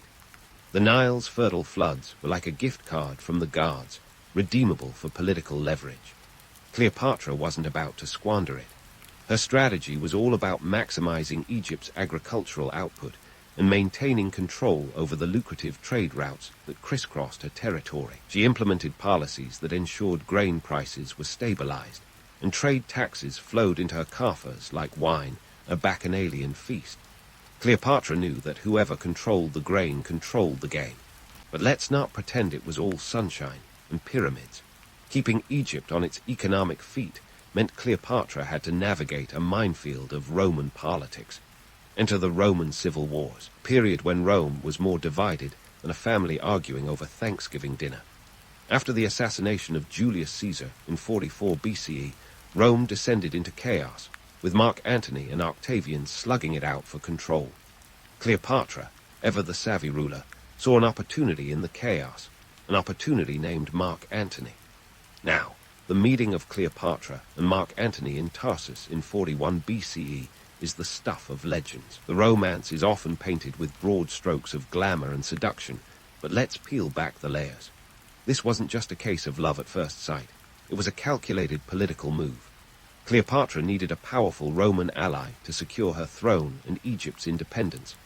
Antony, on the other hand, needed Cleopatra's wealth to bankroll his ambitions. Their meeting was less about fluttering eyelashes and more about strategic negotiations with a side of champagne. Cleopatra's arrival in Tarsus was theatrical brilliance. She sailed up the Cydnus River on a barge adorned with gold and purple sails, wafting perfumes that made onlookers swoon. It was a display designed to dazzle, and dazzle it did. But behind the spectacle was a shrewd political mind. Cleopatra knew that appearances mattered, especially when dealing with a man like Antony, whose love for luxury matched his thirst for power. The lavishness wasn't just for show. It was a statement of her wealth and capability, a reminder that aligning with her meant access to Egypt's boundless resources. The relationship between Cleopatra and Antony quickly turned into one of the ancient world's most talked-about partnerships. Let's be clear, though, this wasn't a Hollywood rom-com. Their union was as much a business merger as it was a romance. Cleopatra bore Antony 3 children, cementing their alliance in flesh and blood. This wasn't just about passion. It was about securing a dynasty that could rival Octavian's growing influence back in Rome. But here's where things get sticky. Antony's dalliance with Cleopatra did not sit well with Roman sensibilities. Picture the Roman Senate's reaction as akin to discovering their hero had run off to join a rival football team. Antony's enemies back in Rome, particularly Octavian, used his relationship with Cleopatra as propaganda. They portrayed her as the exotic temptress leading Antony astray, a femme fatale who threatened Roman values. It was the ancient version of a smear campaign, complete with all the juicy gossip and tabloids could print. Despite the scandal, Cleopatra and Antony forged ahead with their plans. They declared themselves rulers of a new empire, dividing territories amongst their children like party favors at a royal banquet. But this was a dangerous game of risk, with Octavian looming in the background, ready to pounce at the first sign of weakness. Economically, Cleopatra continued to strengthen Egypt's position. She secured crucial trade routes through the Red Sea, extending Egyptian influence into the Arabian Peninsula and beyond. Her economic policies were not just about survival, but about positioning Egypt as a powerhouse in its own right. Cleopatra's reign was a testament to her ability to leverage resources and political alliances against overwhelming odds. Yet, the shadow of Rome was never far. Antony's military campaigns, often funded by Cleopatra's treasury, were a drain on resources. The infamous Battle of Actium in 31 BCE was a turning point. It was a naval showdown that saw Antony and Cleopatra's forces decimated by Octavian's fleet, and it spelled disaster for their ambitions. The battle wasn't just a military defeat. It was an economic catastrophe that left Cleopatra scrambling to maintain her hold over Egypt. Despite the glamour of their narratives, the reality of Cleopatra and Antony's partnership was one of shared ambition and mutual dependence, set against a backdrop of political strife and economic pressure.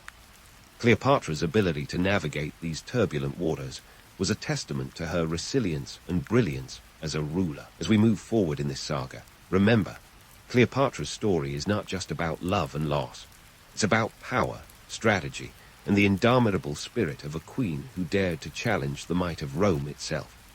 The Battle of Actium wasn't just another clash in the long saga of ancient military skirmishes. It was the ancient world's equivalent of a high-stakes poker game, where the chips were empires and the players' reputations were on the line. As Octavian's fleet squared off against the combined forces of Antony and Cleopatra on September 2, 31 BCE, the world watched with bated breath, or at least as much as you could in an era without live streaming. This wasn't just a battle. It was a pivotal moment that would determine the fate of the ancient Mediterranean. Cleopatra and Antony had amassed a formidable fleet of around 500 ships. Think of it as an ancient version of a nautical arms race, with Cleopatra's treasury funding the endeavor. These weren't just any ships. They were massive quinqueremes, bristling with soldiers and equipment designed to dominate the seas. But bigger isn't always better, as the saying goes, and Octavian knew that. Octavian, ever the tactician, outmaneuvered his opponents with a fleet half the size but built for speed. His ships were quicker and more agile, allowing them to dart around Antony and Cleopatra's clunkier vessels like mosquitoes around a lumbering beast. The battle unfolded off the coast of western Greece, near the promontory of Actium, a location as picturesque as it was strategically significant. Now, let's address the myth, Cleopatra's supposed betrayal during the battle. Legend has it she fled the scene, leaving Antony in the lurch. The truth, more nuanced.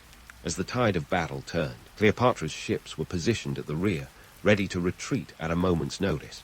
Her decision to cut and run wasn't just a flight of cowardice. It was a calculated move to preserve what she could of her fleet and herself for the battles yet to come.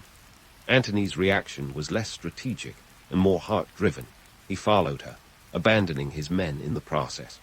This impulsive move marked the beginning of their end. The defeat at Actium wasn't just a military disaster. It was a psychological blow from which Antony and Cleopatra could never fully recover. Their forces were scattered, their morale shattered, and Octavian seized the moment to emerge as the victor. In the aftermath, Antony and Cleopatra retreated to Alexandria, their haven-turned last stand. Meanwhile, Octavian wasted no time in capitalizing on his victory. He swept through the eastern Mediterranean, consolidating power and resources, his eyes firmly fixed on Egypt, the prize that had eluded Rome for generations. Back in Alexandria, the couple faced the grim reality of their situation. Cleopatra, ever the strategist, attempted to negotiate with Octavian, sending emissaries laden with gifts, hoping to carve out a future for her children. She even considered abdication, a drastic measure for a queen who had spent her life defying the odds. But Octavian wasn't in the mood for deals. He was set on a clean sweep, eager to erase any remnants of opposition to his burgeoning empire. This was the beginning of the end for Cleopatra and Antony, a couple whose ambitions had once seemed limitless. Alexandria, the jewel of the Nile, became their gilded cage. The city, renowned for its cultural and intellectual achievements, now stood as a testament to their dwindling power. The bustling capital, with its great library and towering Pharaoh's lighthouse, was overshadowed by the impending doom that loomed over its rulers. Despite the dire circumstances, Cleopatra's resolve remained unbroken. She fortified Alexandria, preparing for the inevitable siege. Supplies were stockpiled, defenses strengthened, but the reality was stark. Egypt was isolated, its allies scattered or subjugated, its resources dwindling. The once great kingdom, which had fed the Roman Empire, was now on the brink of starvation. As Octavian's forces advanced, Antony found himself in a spiral of despair, his once unshakable confidence eroded by defeat and betrayal. Cleopatra, meanwhile, continued to plot and scheme, her mind a flurry of possibilities and contingencies. She even experimented with poisons, testing their effects on prisoners, a grim testament to her determination to control her own fate. The final days of Antony and Cleopatra were a mixture of desperation and defiance. In a last-ditch attempt to rally his troops, Antony staged a mock battle at sea, a theatrical display designed to boost morale. But the outcome was a foregone conclusion. When Octavian's forces finally breached Alexandria's defenses, Antony's forces crumbled, and the game was up. In a twist worthy of a Shakespearean tragedy, Antony, misled by false reports of Cleopatra's death, fell on his sword. His end was not the stuff of heroics, but of miscommunication and tragedy. Cleopatra, upon hearing the news, barricaded herself in her mausoleum, a living tomb she had prepared for the final act of her life. Octavian, upon entering Alexandria, found Cleopatra defiant to the last. In a meeting fraught with tension, Cleopatra attempted to charm the Conqueror, but Octavian was unmoved. He had no intention of allowing Cleopatra to become a martyr for her people or a rallying point for future dissent. Her fate was sealed, her legacy left to the whims of history. And so, Cleopatra, the last pharaoh of Egypt, made her final stand. The method of her death remains a subject of debate, a snakebite, a hidden poison, or perhaps something else entirely. But the result was the same. Cleopatra's life ended as dramatically as it had been lived, a final act of defiance against the tide of history. The story of Cleopatra and Antony is a reminder that history is not just shaped by battles and borders, but by the individuals who dare to challenge the status quo. Their lives were a blend of ambition, love, and tragedy, set against the backdrop of a world in flux. As Octavian's star rose, theirs set, leaving behind a legacy that continues to captivate and confound. But remember, their story isn't just one of defeat. It's a testament to the human spirit's relentless pursuit of power and passion, even in the face of insurmountable odds. Cleopatra's story didn't simply end with a curtain call. It unraveled into a tapestry of myths and legends that have been spun, twisted, and embroidered over centuries. The ancient world was a place where history was as much about storytelling as it was about facts, and Cleopatra's life was a bestseller in the making. Her death, shrouded in mystery, became the exclamation point in a saga that was equal parts power play and melodrama. Let's start with the biggest myth, the infamous asp that delivered Cleopatra's final, venomous kiss. While the image of a queen welcoming a slithering emissary of death is undeniably cinematic, the logistics are a bit shaky. For one, the idea of an asp, a term loosely used to describe Egyptian cobras, Being smuggled into her sealed mausoleum like some kind of deathly Amazon delivery is hard to swallow. Not to mention, a cobra bite isn't exactly a fast track to the afterlife. It could take hours, even days, to succumb. Cleopatra, with her penchant for drama, probably wouldn't have chosen such an uncertain end. More likely, she opted for something quick and reliable, perhaps a vial of poison secreted away in her jewelry or within the seams of her regal attire. The truth is, we'll never know for sure, and maybe that's the point. Cleopatra's death, like her life, was wrapped in enigma, ensuring her story would echo through history like whispers in the desert wind. And echo it did. Cleopatra has been remembered through the ages as both a cunning politician and a tragic romantic figure, a duality that speaks volumes about how history frames powerful women.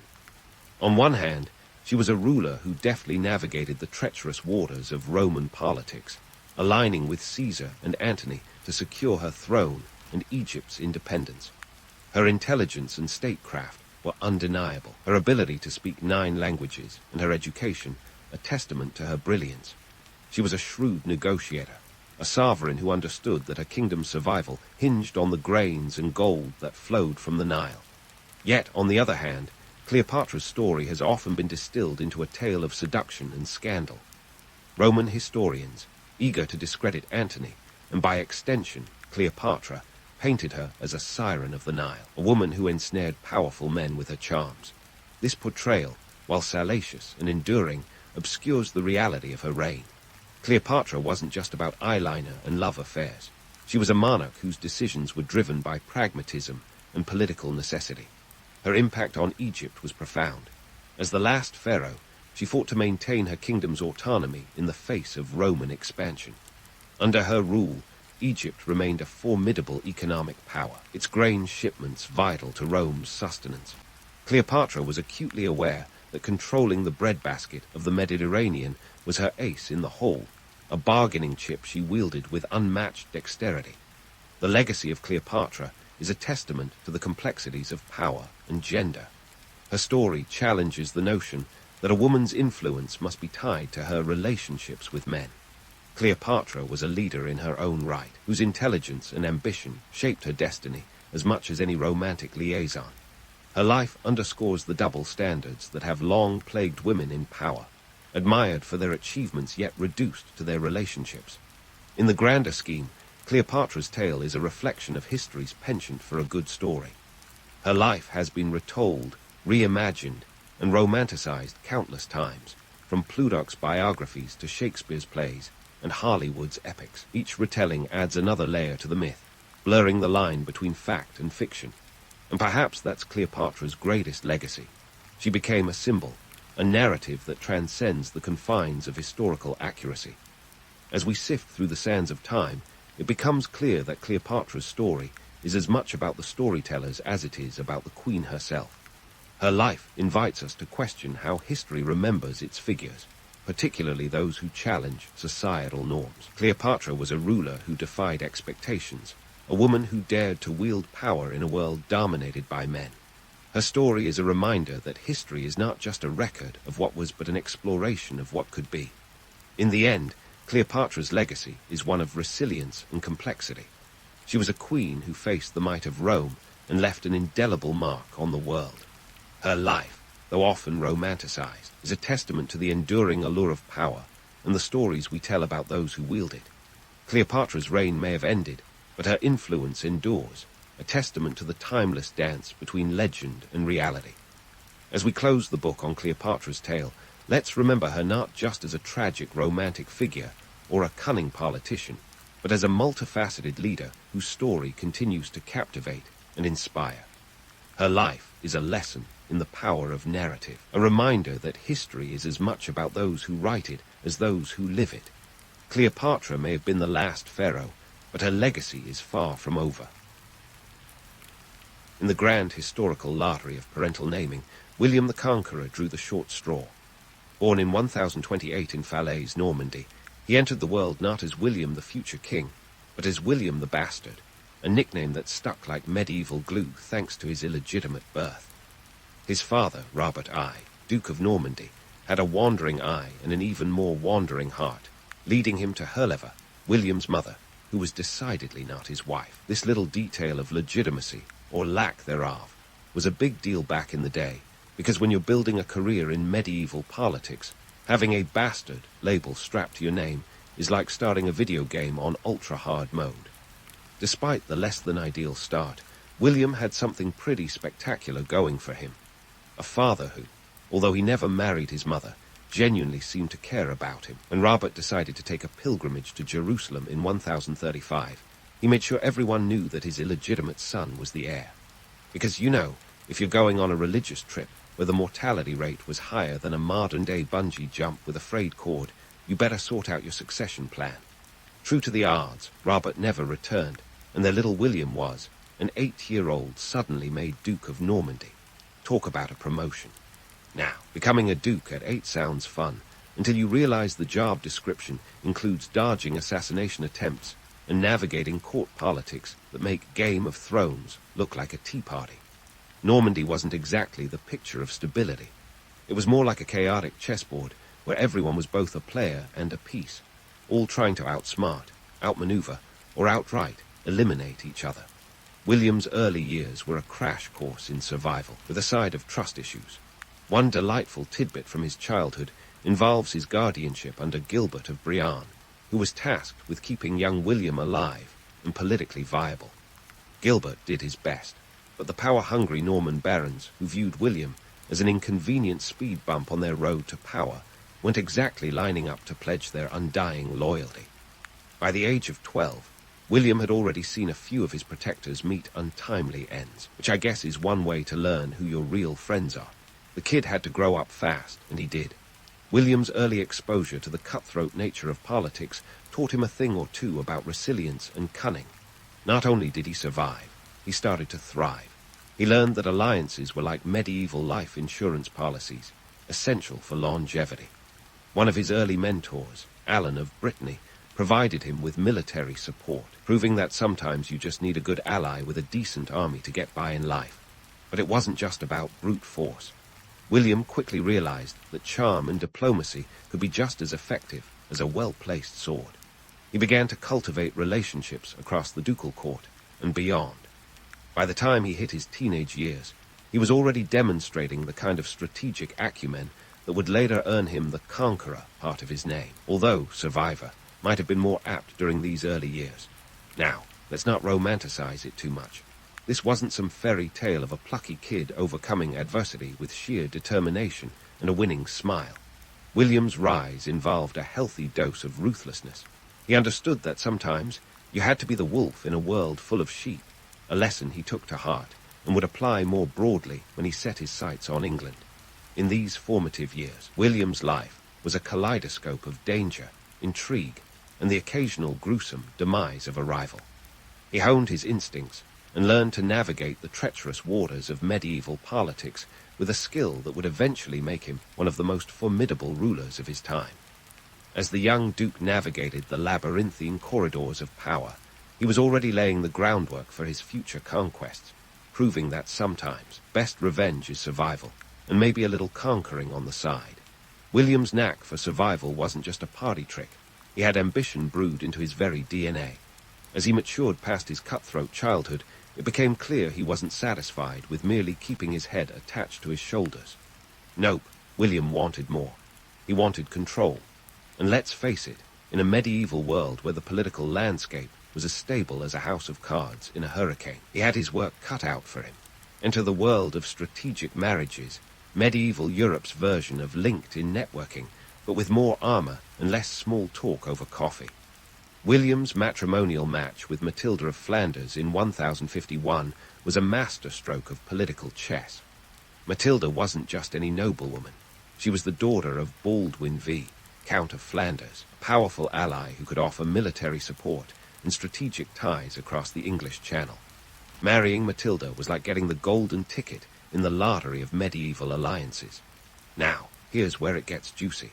The union wasn't all love letters and moonlit walks. In fact, according to legend, Matilda initially refused to marry William, perhaps because she had heard one too many tales of his ruthless pursuits. Want to woo a strong-willed noblewoman? Apparently, in William's playbook, The strategy involved dragging her off her horse by the hair. Yep, that's one way to make an impression, though not one I'd recommend for your next date night. This little escapade is more myth than fact, but it does paint a picture of the kind of determined, no-nonsense guy William was. The marriage, once sealed, was a hit. Matilda proved to be not just a wife, but a partner in crime in the political game. She brought with her a hefty dowry, a few castles, and the kind of influence that opened doors even William couldn't batter down with a battering ram. Together, they became the medieval power couple, a kind of Kim and Canai of the 11th century, minus the fashion line and Twitter feuds. But let's not get too swept up in the romance. William wasn't just sitting around writing love poems. He had a dukedom to consolidate. His first significant test came in 1047 at the Battle of Valsdunes. Picture this. A ragtag coalition of rebel Norman barons led by Guy of Burgundy had decided that a teenage duke with a questionable birthright wasn't fit to lead. They saw William as more of a speed bump than a ruler. Spoiler alert, they were wrong. The battle itself was a mix of guts, strategy, and let's be honest, a healthy dose of luck. William, still in his teens but no stranger to chaos, joined forces with King Henry I of France, who, oddly enough, was more frenemy than friend. Together, they faced off against the rebels near Keene. The numbers were tight, with roughly 10,000 troops on both sides, but William had something the rebels didn't: cavalry that could turn the tide of battle quicker than you could say charge. It was during this clash that William proved he wasn't just a noble with a title, but a leader with a future. Armed with a mix of his cavalry's ferocity and the support of King Henry, William turned the battlefield into a demonstration of military prowess. The rebel forces crumbled, and Guy of Burgundy, who had been dreaming of dukedom, found himself fleeing for dear life. This victory wasn't just about winning a battle, it was about sending a message. William wasn't just the Duke of Normandy by name, he was its ruler by right, a force to be reckoned with. The triumph at Valsdunes solidified his control over Normandy, showing the barons that opposing him was a surefire way to fast-track their careers to oblivion. It was a turning point, paving the way for William to not only consolidate power, but also set his sights on bigger things, like a certain island nation across the Channel. Yet, for all the heroics and high-stakes drama, William's life wasn't all battles and betrothals. There were also the pragmatic realities of governance. Normandy was a land of wealth and opportunity, but maintaining it required the kind of administrative acumen that could rival any modern CEO. Taxes had to be collected, laws enforced, and trade routes protected. William understood that ruling wasn't just about the sword. It was about keeping a complex machine well-oiled and running smoothly. And so, William continued to navigate the treacherous waters of medieval politics with the kind of shrewdness that would make Machiavelli proud. His marriage to Matilda and victory at Valsdunes were just the beginning. The little duke from Normandy was evolving into a formidable ruler, and the world was starting to take notice. The story of William the Conqueror was far from over. In fact, it was just heating up. Stay tuned for more tales of ambition, intrigue, and conquest as William continues to carve his name into the annals of history. His next chapter will take us to new heights, with battles that echo through time and decisions that shape the future of an entire continent. As William's star rose faster than a medieval gossip column's circulation, his gaze turned toward the English Channel, where a tantalizing prize awaited. You see, the English throne was a bit like the holy grail of real estate, coveted, contested, and complete with its own mythic aura. And in the convoluted saga of medieval succession, William had a claim, albeit one constructed from the kind of legal acrobatics that would make even the most creative lawyer proud. The crux of William's claim lay in a supposed promise from Edward the Confessor, the reigning king of England. Edward had no direct heirs, which back then was like inviting trouble to dinner and offering it a second helping. According to Norman sources, and let's take these with a grain of historically suspect salt, Edward had allegedly promised the throne to William. Why? Because Edward's mother, Emma of Normandy, was William's great-aunt. In the tangled web of medieval kinship, that was practically a family invitation with RSVP required. Yet not everyone was lining up to crown William. Enter Harold Godwinson, Earl of Wessex, a man with his own designs on the throne and an ambition that rivaled William's. Harold was the brother-in-law of Edward and had the backing of the English nobility, because nothing says, trust me, in medieval politics like being married into the right family. When Edward kicked the bucket in January 1066, Harold didn't exactly waste time. He seized the throne faster than you could say coup d'etat, getting crowned on January 6th, as if to say, new year, new me, new king. William, unsurprisingly, was not amused. To him, Harold's coronation was an affront, a declaration of war, and a personal insult wrapped in one regal package. With his claim challenged, William knew it was time to take drastic measures. The stage was set for an invasion, but first he had to assemble an invasion fleet, a task that makes modern logistics look like organizing a tea party. Now, let's talk about the medieval supply chain. Picture a time when Amazon Prime didn't exist, and getting a fleet ready involved more than just clicking add to cart. William needed ships, soldiers, horses, weapons, food, and a healthy dose of luck. Normandy was bustling with activity as carpenters worked around the clock to build the ships necessary for crossing the channel. We're talking about hundreds of ships, each requiring timber, which was sourced from local forests faster than a hipster starts an artisanal coffee shop. The economic cost was staggering. Financing this invasion was akin to running a Kickstarter campaign with the promise of glory instead of gadgets. William had to dip into his coffers, cajole his barons, and enlist the church's support. The papal banner he received from Pope Alexander Roman II was a masterstroke of PR, giving his invasion the veneer of a holy mission rather than just a power grab. By the time September 1066 rolled around, William's fleet was ready to set sail. But just when everything seemed to be going according to plan, the winds decided to play spoilsport. Stuck on the Norman coast, William had to bide his time, waiting for favorable conditions. It was a test of patience, but also a stroke of luck, as it allowed him to gather even more troops and resources. Finally, the winds shifted, and in late September, William's armada set sail. Crossing the channel was no small feat. Think of it as navigating a medieval obstacle course with the added risk of drowning. Yet, William's forces landed at Pevensey on September 28, 1066, marking the beginning of what would become one of the most famous invasions in history. And then, the infamous trip at Pevensey Beach. As William disembarked, he stumbled and fell face first into the sand, a moment ripe for mockery. But in a stroke of PR genius worthy of any spin doctor, William turned the potential embarrassment into a rallying cry. Clutching the sand in his hands, he declared he'd taken possession of England with both arms. Talk about turning lemons into royal lemonade. With his forces grounded in England, it was time to march. William's army cut a path of destruction through the countryside, a not-so-subtle reminder of his military prowess. The economic impact was significant. Villages were razed, crops destroyed, and livestock pilfered. This scorched earth policy ensured that Harold would face a hungry, weakened population, one less inclined to support him. The logistics of maintaining such an operation were nightmarish. Supplies had to be ferried across the channel, and the army needed to be fed, armed, and kept in fighting shape. William's meticulous planning meant that his forces were well provisioned, a testament to his organizational skills that would rival any modern-day military strategist. As William moved toward Hastings, he was acutely aware that everything hinged on a singular confrontation. Harold, who had been busy dealing with a Norwegian invasion in the north, was forced to march his troops south at breakneck speed. It was a desperate race against time, with both leaders aware that the fate of England hung in the balance. The stakes were astronomically high. For William, it was about securing his claim and demonstrating that Normandy's bastard duke was a force to be reckoned with. For Harold, it was about defending his newfound crown from an outsider. The upcoming clash would be a decisive moment in history, with ramifications that echoed far beyond the battlefield. Yet, amidst the chaos and carnage, one can't help but marvel at the sheer audacity of it all. William's gamble was a calculated risk, a testament to his ambition and tenacity. His ability to navigate the turbulent waters of medieval politics and logistics showcased a leader who wasn't just a conqueror by name, but a master tactician by nature.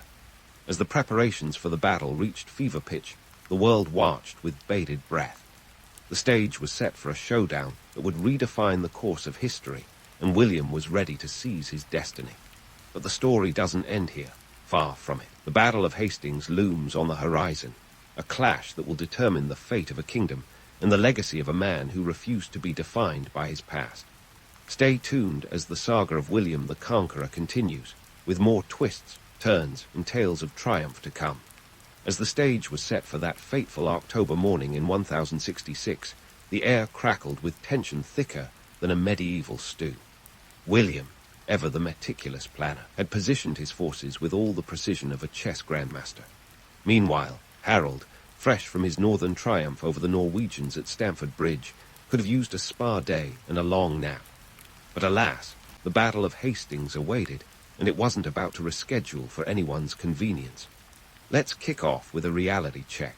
The romantic image of gallant knights in shining armor, charging valiantly into the fray, is about as accurate as a medieval map of the world.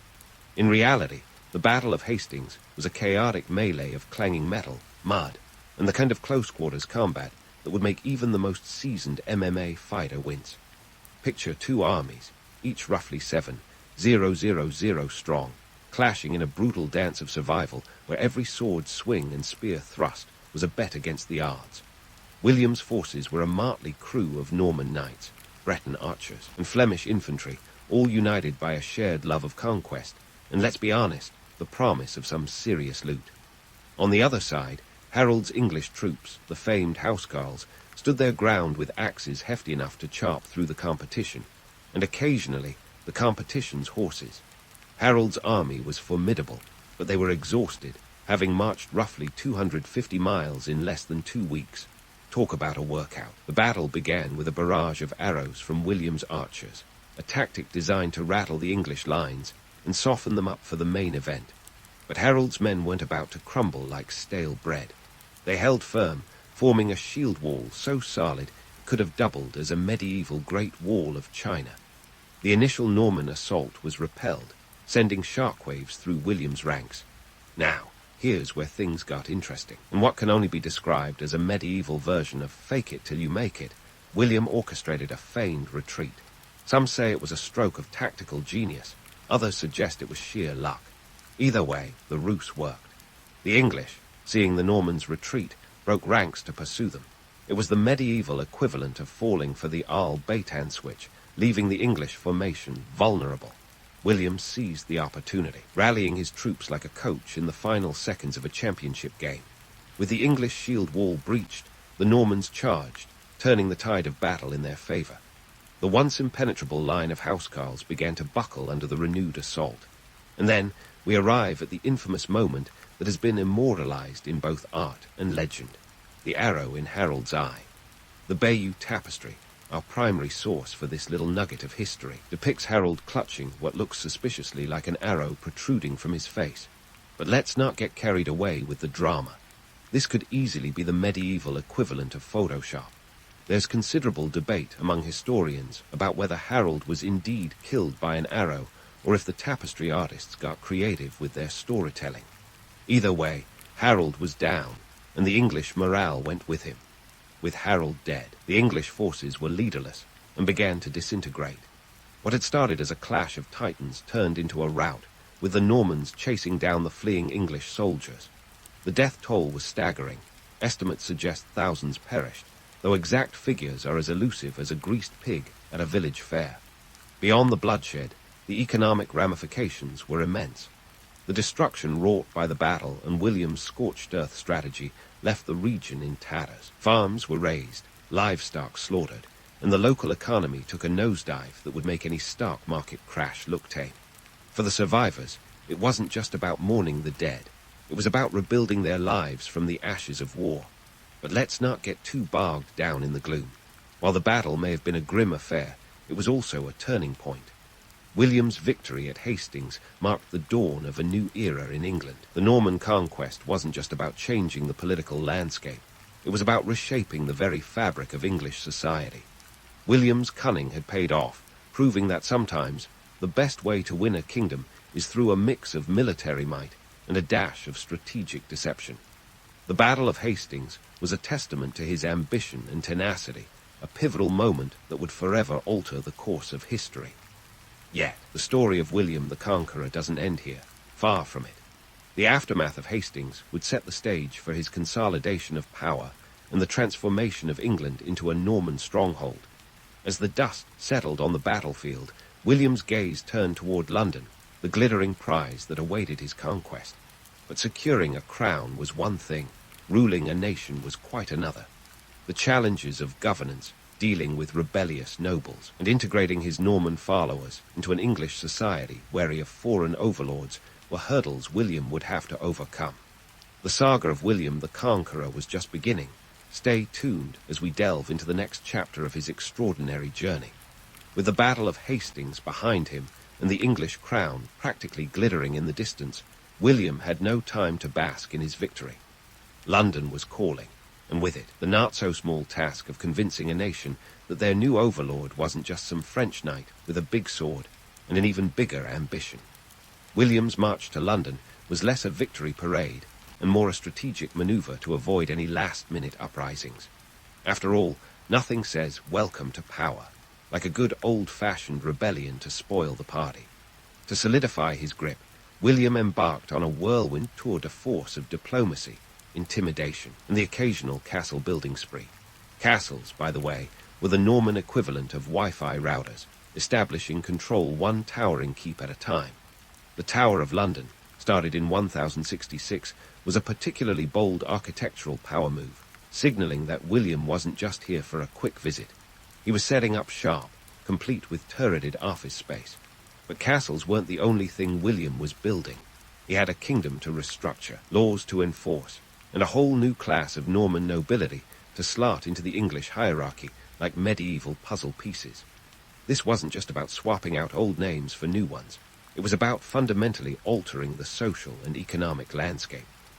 Land was the currency of power, and William doled it out like medieval monopoly money, ensuring his Norman pals got the choicest slices of the English pie. This land redistribution wasn't without its hiccups, as many of the dispossessed English lords could tell you, if you could find them amidst the forests and swamps they were hiding in. Now, let's dive into one of William's most ambitious projects, the Domesday Book.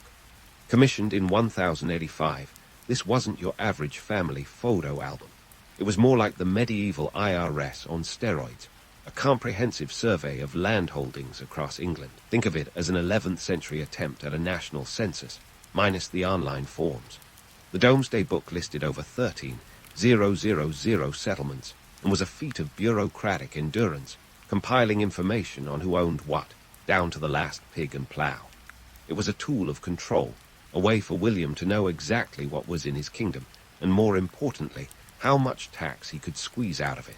The economic implications were huge. With every parcel of land accounted for, William could effectively tax his subjects, ensuring a steady flow of income that would rival any modern state's revenue system. The Domesday Book was a snapshot of a kingdom in transition, capturing a moment when Norman influence was reshaping the economic and social structures of England. It was a ledger of power, a means to enforce William's will across the land without having to personally visit every manor and hamlet. William's reign was not without its challenges. English resistance simmered like a pot on a slow boil, occasionally bubbling over into outright rebellion. The harrying of the North from 1069 to 1070 was William's brutal response to one such uprising, a scorched earth campaign that left a swath of northern England devastated. Villages were razed and crops destroyed, creating a famine that killed thousands. It was medieval statecraft at its most ruthless, a stark reminder that William's iron grip on power was forged in fire and fear. Yet, amidst the bloodshed, William's reign also saw the introduction of feudalism in a form that would shape English society for centuries. The hierarchical system he implemented, with its intricate web of obligations and allegiances, laid the groundwork for a new socio-political order. Knights owed service to barons, who in turn pledged loyalty to William. It was a system designed to ensure stability and control, though not without its own set of complications and conflicts. As for William's personal life, let's just say it was as complex as his politics. His marriage to Matilda of Flanders was a strategic partnership that bore 9 children, ensuring a dynasty that would continue his legacy. Matilda was no passive consort. She was a key player in governance, managing affairs in Normandy when William was busy in England. Their relationship was one of mutual respect and political acumen, a medieval power couple ruling across two realms. Fast forward to 1087 and the end of William's reign, which, in true medieval fashion, culminated in a spectacle of chaos and irony. William met his end not on the battlefield, but after falling off his horse during a raid in France. His burial was, shall we say, less than dignified. The tale of his funeral is a masterclass in medieval mishaps. The church where he was to be interred wasn't quite ready for a kingly sarcophagus, resulting in a somewhat overcrowded situation. When they finally managed to squeeze him into his tomb, the bloated body of the Conqueror reportedly burst, releasing a stench that cleared the room faster than a medieval plague. It was an ignoble end for a man who had reshaped the fabric of a nation. But let's not let one unfortunate burial overshadow a legacy as towering as the castles he built. William's impact on England was profound and lasting. He redefined what it meant to be a ruler, blending military prowess with administrative innovation. The Norman conquest set off a cultural shift that introduced new language, legal systems, and architectural styles. The fusion of Norman and Anglo-Saxon elements created a new English identity, one that would influence the course of history. In the grand tapestry of time, William the Conqueror is a figure of contradictions, a man whose illegitimate origins belied a legitimate claim to greatness. His life was a testament to the power of ambition and the fragility of legitimacy. He was a ruler who wielded the sword and the pen with equal skill, understanding that power was not just taken, but maintained through cunning and calculation. William's story is a reminder that history is often written by the victors, but it's remembered by the details. The myths and legends that surround him speak to a human need for narrative, for heroes and villains, for stories that make sense of the chaos. Yet, beneath the veneer of legend lies the gritty reality of a man who navigated the tumultuous waters of power with an eye on the future and a grip on the present.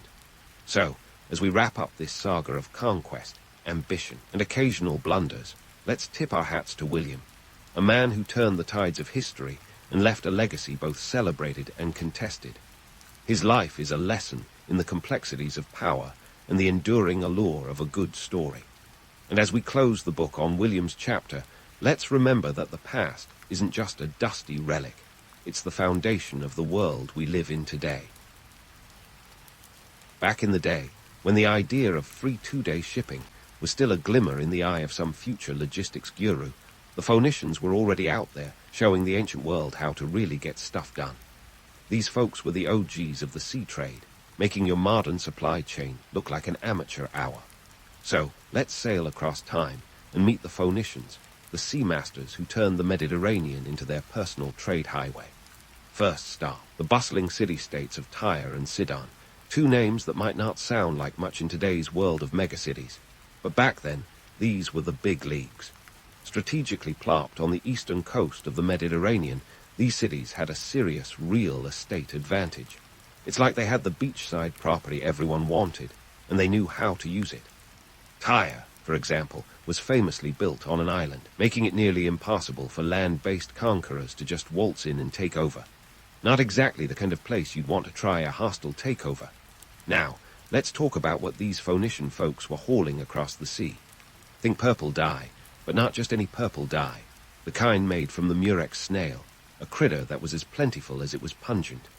Yes, this dye was so exclusive that it was worth its weight in gold, literally. It took thousands of snails just to dye a single garment, so you can imagine how much those ancient fashionistas were willing to pay for a royal purple toga. Forget Gucci. This was the real status symbol. And the Phoenicians, they were the ones cashing in, big time. But let's not just get lost in the glamour of snail slime. These traders were shipping out everything from glass to cedar wood, the latter being the ancient world's equivalent of steel. Need a sturdy ship or a grand palace. Cedar was your go-to, and guess who had the best supply? The Phoenicians, of course. Their ships, built from these mighty trees, weren't just about looking good on the water. They were the backbone of their trade empire, allowing them to stretch their influence from Egypt to Spain. We're talking thousands of miles covered by fleets of ships that, by today's standards, might seem like glorified rowboats. But back then, they were the cutting edge of maritime technology. Now, about those ships. The Phoenicians weren't just tossing some logs in the water and hoping for the best. These people knew their shipbuilding. Their biremes, with 2 levels of oars, were like the Formula One cars of the ancient seas, zipping along the coastlines while everyone else was still figuring out how to not sink. And let's not forget their navigation skills. Without the luxury of GPS, they relied on the stars, the sun, and a hefty dose of intuition. A Phoenician captain could tell you where you were just by looking at the night sky, a skill that's probably more impressive than beating the final boss in any video game. But why did all this matter, you ask? Well, the Phoenicians didn't just trade goods, they were trading culture. As they moved around the Mediterranean, they spread not just their own innovations, but also the ideas of others, picking up and distributing cultural bits and pieces like an ancient Twitter feed. They were the middlemen of the ancient world, facilitating the exchange of everything from the alphabet to religious ideas. Imagine a world where your ABCs came courtesy of some savvy seafarers who decided that sharing was indeed caring. Of course, with great power comes, well, not quite Spider-Man levels of responsibility, but certainly a hefty dose of myth-making. The Phoenicians were as mysterious to their contemporaries as they are to us, in part because they left so little written record of their own. Most of what we know comes from other sources, like the Greeks and the Romans, who were more than happy to sprinkle a little dramatic flair over their accounts. There's the legendary story of Alyssa, or Dido as Virgil called her, who supposedly founded Carthage after fleeing Tyre. It's a tale heavy on romance and tragedy, with just enough historical truth to keep things interesting. But let's not get carried away by the mythos. The reality was that the Phoenician world was one of constant hustle. Their cities were often caught in the crossfire of empires, from the Assyrians to the Babylonians, who were less interested in trading purple dye and more interested in conquering the cities that produced it. Yet, despite these threats, the Phoenicians kept their ships sailing, their markets bustling, and their influence spreading. So, here's the takeaway. The Phoenicians didn't need hashtags or viral videos to become legends of the sea trade. They had strategy, innovation, and a seriously enviable location. They were the ancient world's answer to global commerce, a civilization that taught everyone else how to sail the high seas with a cargo hold full of goods and a head full of dreams. And that, my friends, is how you make history without a single Instagram post. While the Phoenicians certainly didn't have the luxury of social media, they had something arguably more effective, a network that made the Mediterranean feel like a small-town market square.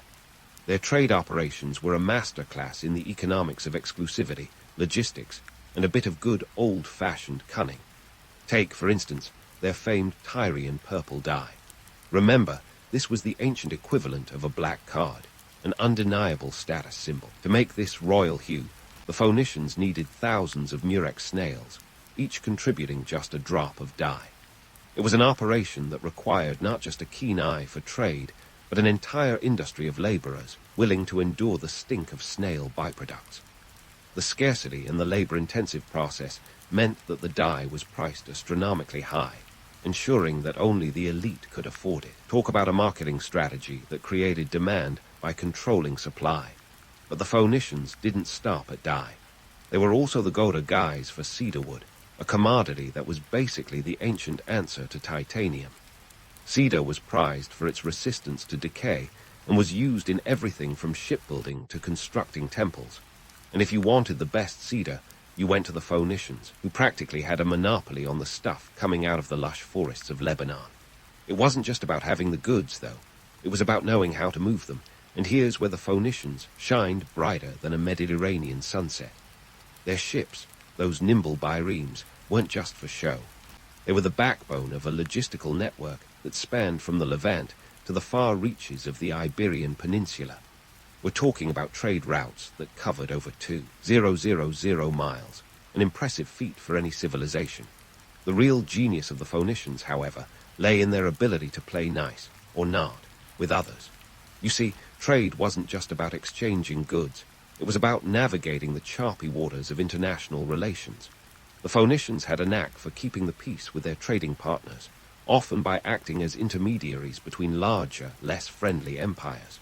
However, peace was a relative term. Their trade routes were sometimes a source of tension, particularly when their success bred envy. The Assyrians, Babylonians, and later the Persians saw the Phoenician city-states as both valuable trade partners and potential threats. The Phoenicians had to master the art of diplomacy, often offering tributes or agreeing to become vassals to maintain their autonomy and keep their trade operations running smoothly. Cunningly, the Phoenicians didn't always play by the rules. They were known for exploiting their reputation as master traders to stir up a bit of mischief. For instance, they'd often engage in what we might call creative accounting today. When dealing with less savvy trading partners, the Phoenicians could manipulate the market by controlling the flow of goods, driving prices up or down to their advantage. They understood the power of scarcity and knew how to wield it like a double-edged sword. But let's not romanticize this too much. The life of a Phoenician trader was far from glamorous. It was a constant grind marked by long voyages, unpredictable weather, and the ever-present danger of piracy. Pirates weren't just a Hollywood fantasy. They were a real threat that could turn a profitable journey into a disaster. The Phoenicians had to be ever vigilant, traveling in convoys for mutual protection and outfitting their ships with both trade goods and weaponry. The economic success of the Phoenicians wasn't just about what they traded, but how they did it. Their understanding of supply and demand was matched by their ability to adapt to changing political landscapes. Take their expansion to Carthage, for example. When Phoenician trade routes became threatened by political upheavals back home, they established new colonies across the Mediterranean. Carthage, in particular, would become a juggernaut of trade, and later a formidable power that even Rome would have to reckon with. This wasn't just survival, it was strategic brilliance. And while we're on the subject of debunking myths, it's tempting to view the Phoenicians as some kind of ancient globalists, driven purely by profit. But the reality was more complex. They were a civilization that thrived on the edge of empires, often caught in the crossfire of larger political games. They were traders, yes, but also survivors, constantly adapting to a world that was as volatile as it was full of opportunity. So, next time you think about the Phoenicians, don't just see them as the peddlers of purple dye or the cedar merchants of the Mediterranean. Picture them as the ultimate navigators of not just waters, but of the treacherous tides of politics and economics. Their legacy is a testament to the idea that sometimes the most enduring power isn't wielded by the strongest, but by those who know how to ride the waves. In the end, the Phoenicians taught us that while the seas may be vast and unpredictable, the savvy seafarer can always find a way to chart a course to success. We've been singing the Phoenicians' praises like they are the rock stars of ancient commerce, but let's take a closer look at how they managed to strut the Mediterranean stage without getting kicked off by the big empire bouncers. You see, the Phoenicians were the ultimate middlemen, the kind of wheeler-dealers who could sell ice to an Eskimo, or in their case, purple dye to a king. They had a knack for playing the power dynamics like a fiddle, navigating the ancient geopolitical chessboard with the finesse of a grandmaster. Consider their relationship with ancient Egypt. Egypt, with its pharaohs and pyramids, was like the glitzy nightclub everyone wanted to get into. The Phoenicians, savvy as ever, cozied up to the Egyptians by supplying them with cedar wood for their ships and tombs. In return, they got access to the Nile's riches. It was a classic win-win, or as we'd say today, a strategic partnership. But don't be fooled into thinking this was all about hugs and handshakes. The Phoenicians knew how to keep their friends close and their rivals closer. Over in the east, the Assyrians were a whole different beast. These guys were the ancient equivalent of a military-industrial complex, always on the lookout for new territories to annex. The Phoenicians, no strangers to the art of survival, often opted for the diplomatic approach. They paid tributes, essentially protection money, to keep the Assyrians happy, all while ensuring their trade routes remained open. It wasn't exactly the kind of relationship you'd want to put on a greeting card, but it kept the Phoenician cities from becoming just another notch on the Assyrian belt. Now, let's talk about the Greeks. The Greeks, thinkers, warriors, and traders. The Phoenicians and the Greeks had a complicated relationship, a bit like frenemies who couldn't decide if they wanted to collaborate or compete. On one hand, they traded goods and ideas, with the Phoenicians even teaching the Greeks a thing or two about shipbuilding and navigation. On the other hand, they were constantly vying for dominance over the lucrative trade routes of the Mediterranean. It was a dance of diplomacy that required the Phoenicians to be as nimble on land as they were at sea. And here's where we poke a hole in the romantic notion of the Phoenicians as peaceful traders. Sure, they were merchants extraordinaire, but but they were also shrewd operators who knew that a little bit of subterfuge could go a long way. Espionage wasn't just for Cold War spies. The Phoenicians were masters of information gathering, often sending scouts to assess the competition or to gather intel that could be used to their advantage. It was all part of the game, a high-stakes poker match where the Phoenicians always seemed to have an ace up their sleeve. Then there was piracy. Yes, piracy. While the Phoenicians were often on the receiving end of pirate attacks, some of their own were known to dabble in the dark arts of seafaring thievery. It was a risky business, but for those willing to take the plunge, it offered a chance to hit pay dirt without the hassle of trade negotiations. And let's face it, sometimes a little piracy was just part of doing business on the high seas. It's not that the Phoenicians were a bunch of cutthroats, but they weren't above bending the rules when the situation called for it. Now, why does all this matter? Well, it paints a more nuanced picture of the Phoenicians, showing them as more than just traders with a knack for making deals. They were political animals, balancing power between empires like a tightrope walker on a windy day. This ability to adapt and thrive in a world dominated by giants was no small feat. It was a testament to their strategic genius and their understanding of human nature, that people, no matter how powerful, are influenced by both greed and fear. And as we sail further into the depths of Phoenician history, remember this. The story of these ancient traders isn't just about what they sold, but how they survived. Their legacy is a reminder that the art of diplomacy is as much about knowing when to extend a hand as it is about knowing when to draw a sword. So stay tuned as we continue to unravel the tale of the Phoenicians, those master navigators of the ancient world, who taught us that, in the Game of Thrones, it's often the quiet players who hold the most power. As we delve deeper into the Phoenicians' legacy, it's clear these savvy seafarers were more than just merchants with a penchant for purple. Let's kick things off with a little-known fact. These folks gave us the alphabet. No, seriously, the Phoenician alphabet was the granddaddy of modern scripts, influencing everything from Greek to Latin. Forget emojis.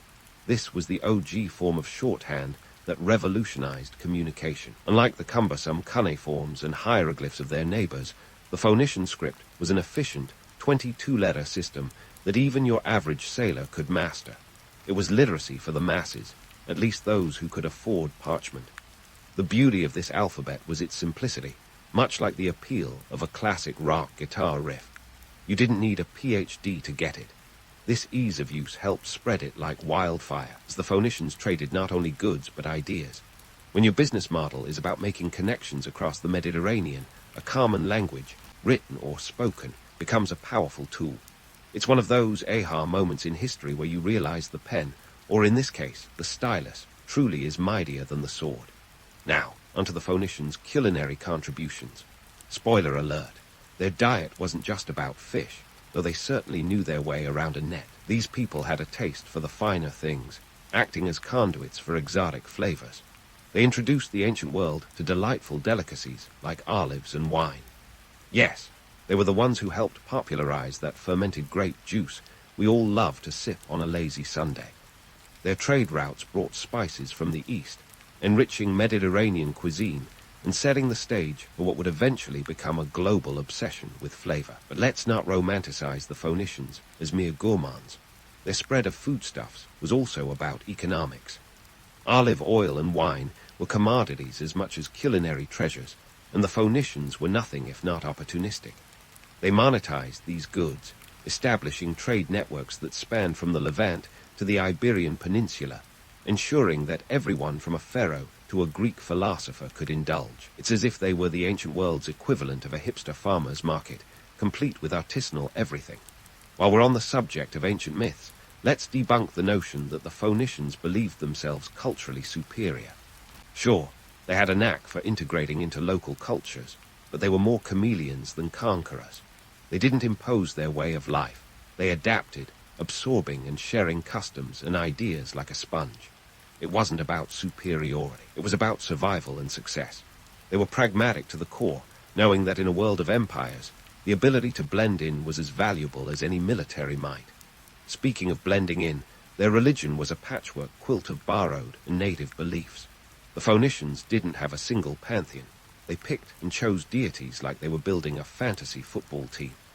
Gods like Baal and Astarte were worshipped alongside Egyptian and Mesopotamian deities, proving that when it came to spirituality, the Phoenicians were more about practicality than purity. This polytheistic flexibility allowed them to fit into any cultural context, a skill that's especially useful when your neighbors are as volatile as a reality TV show reunion. Now, let's shift gears to their lesser-known contributions, the kind that makes you say, wait, the Phoenicians were behind that. For starters, they were early practitioners of maritime insurance. Okay, it wasn't exactly Lloyd's of London, but they did have systems in place to mitigate risk on the high seas. When your livelihood depends on the whims of Poseidon, you need a plan B. The Phoenicians pooled resources to cover losses from shipwrecks or piracy, a rudimentary but effective form of risk management. Their knack for navigation was another unsung legacy. The Phoenicians were the original stargazers, using celestial bodies to chart their courses long before the invention of the compass. They understood the importance of timing and tides, skills passed down through generations. These weren't just practical necessities. They were the building blocks of modern navigation, a testament to the Phoenicians' enduring influence. Finally, let's talk urban planning. Sidon and Tyre were not just trade hubs. They were architectural marvels. These cities boasted sophisticated infrastructure with multi-level housing and intricate sewage systems. Think of them as the Manhattan of the ancient Mediterranean. The Phoenicians knew that a well-planned city was as crucial to trade as a well-crafted ship. They laid the groundwork for urban centers that could support both commerce and community, a legacy that echoes in cityscapes today. So, as we chart the course of Phoenician history, remember this. Their legacy isn't just about what they did, but how they did it. From the alphabet that revolutionized communication to the culinary flavors that spiced up the ancient world, the Phoenicians were cultural alchemists. They turned the mundane into the magnificent, showing us that sometimes the greatest empires aren't the ones built on conquest, but those built on connection. Stay tuned as we continue to unravel the intricate tapestry of Phoenician history, where each thread tells a story of innovation, adaptation, and enduring legacy. As we chart the course of Phoenician history, remember this. Their legacy isn't just about what they did, but how they did it. From the alphabet that revolutionized communication to the culinary flavors that spiced up the ancient world, the Phoenicians were cultural alchemists.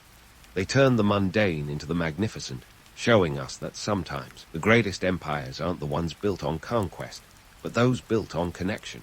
But let's face it, even the most cunning of cultural chameleons can't avoid the inevitable twist of fate forever. And for the Phoenicians, the winds of change were starting to blow in a decidedly unmerciful direction. Enter the juggernauts of ancient geopolitics, the rising empires that would eventually put a damper on the Phoenician parade. Around the 6th century BCE, the Persians, under the ambitious leadership of Cyrus the Great, rolled across the ancient Near East like a steamroller with no brakes. The Phoenician city-states, those once thriving hubs of maritime mastery, were now caught in the crosshairs of an expanding empire with a serious appetite for dominance. The Persians, true to their reputation for absorbing rather than annihilating, made the Phoenicians part of their expansive political tapestry. They allowed them to continue trading, but not without strings attached. Think of it as the ancient version of a corporate takeover. But the Persians weren't the only ones eyeing Phoenician prosperity with envy. The Greeks, those ever-curious thinkers and warriors, were also on the rise. The Mediterranean was becoming a crowded theater, and the Greeks were ready to take center stage. By the 5th century BCE, the Greek city-states had grown into formidable powers, and their influence started to seep into territories that had once been Phoenician strongholds. Athens, with its maritime ambitions, began to dominate trade routes, slowly squeezing the Phoenicians out of their own game. It was a classic tale of the student surpassing the master, with the Greeks picking up where the Phoenicians left off, only with more flair and fewer snails. But wait, there's more. As if the Persians and Greeks weren't enough, enter the Romans. By the 3rd century BCE, the Romans had their eyes on the western Mediterranean, and they were anything but subtle about it. The fall of the Phoenician city-states wasn't a sudden collapse, but a slow, agonizing decline, like watching a once great rock band become a cover act at a local dive bar. Carthage, the jewel of Phoenician colonization, found itself locked in a series of brutal conflicts with Rome, known famously as the Punic Wars. These wars were less about trade and more about survival. Spoiler alert, Rome didn't come to play nice. The final nail in the proverbial coffin came in 146 BCE when Rome razed Carthage to the ground, leaving nothing but ruins and a cautionary tale of imperial ambition gone awry. The Romans, ever the pragmatic conquerors, salted the earth to ensure Carthage could never rise again. A bit of overkill, perhaps, but hey, go big or go home, right? The fall of Carthage was more than just the end of a city. It was the curtain call for the Phoenician legacy as a maritime powerhouse. Yet even in defeat, the Phoenicians left a mark that the Romans couldn't erase. Their contributions to navigation, commerce, and culture had already woven into the fabric of ancient civilization, and no amount of Roman salt could change that. Now, don't let those ruins fool you into thinking the Phoenicians left nothing behind but rubble. Their legacy endured in ways far more subtle and profound. The alphabet they pioneered would continue to evolve, influencing Latin and eventually becoming the backbone of Western communication. The trade networks they established laid the groundwork for future maritime empires, proving that their methods were sound even if their cities ultimately fell. And their knack for blending cultures left a lasting impression, one that would echo through the ages as the Mediterranean became a melting pot of ideas and innovations. So what can today's entrepreneurs learn from these ancient titans of trade? For starters, the Phoenicians remind us that adaptability is key. They thrived in an ever-changing world by being nimble, whether it was through their trading strategies or their diplomatic maneuvers. Yet their story also serves as a cautionary tale. No matter how innovative or influential, even the mightiest of networks can falter when faced with relentless competition and political upheaval. The Phoenicians excelled at navigating the seas, but even their expertise couldn't steer them clear of the geopolitical storms that eventually engulfed them. In the end, the Phoenicians didn't just leave behind a legacy of trade.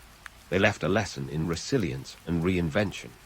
They show us that history is not solely the story of victors, but of those who dared to ride the waves of change, sometimes successfully, sometimes not. As we bid adieu to these ancient merchants of the Mediterranean, let's remember them not just for their achievements, but for their audacity to chart new waters, both literally and metaphorically. Because if there's one thing the Phoenicians truly mastered, it was the art of turning the tide, even when the horizon seemed bleak. And in that, my friends, lies the true testament of their enduring significance. Napoleon Bonaparte's tale begins on Corsica, an island that's like the rebellious teenager of the Mediterranean. This rocky outcrop had a knack for churning out strong-willed folks, and Napoleon was no exception. Born on August 15, 1769, he arrived in the world just months after France had nabbed Corsica from the Genoese, and the locals were still simmering with the kind of resentment that'd make a reality TV feud look tame. It's as if the island itself had a chip on its shoulder, and young Napoleon was about to inherit that chip and turn it into a very peculiar crown. Napoleon's early life was a paradox of privilege and provincialism. His family was minor nobility, which is a bit like being the world's tallest short person, impressive in a very specific context, but not exactly head-turning. His father, Carlo Bonaparte, was a lawyer with big dreams and a knack for networking, managing to secure Napoleon a scholarship to the prestigious military school of Brienne in mainland France. Picture the young Corsican landing in France, a country that had only recently become his own, feeling like the new kid at school, except this school had been training officers of the crown since the days when wigs were practically mandatory. At Brienne, Napoleon's accent and social standing made him a bit of an outsider. But if there's one thing this future emperor excelled at, it was using his outsider status to his advantage. He buried himself in the classics and military strategy, developing a brain as sharp as the swords he would later wield.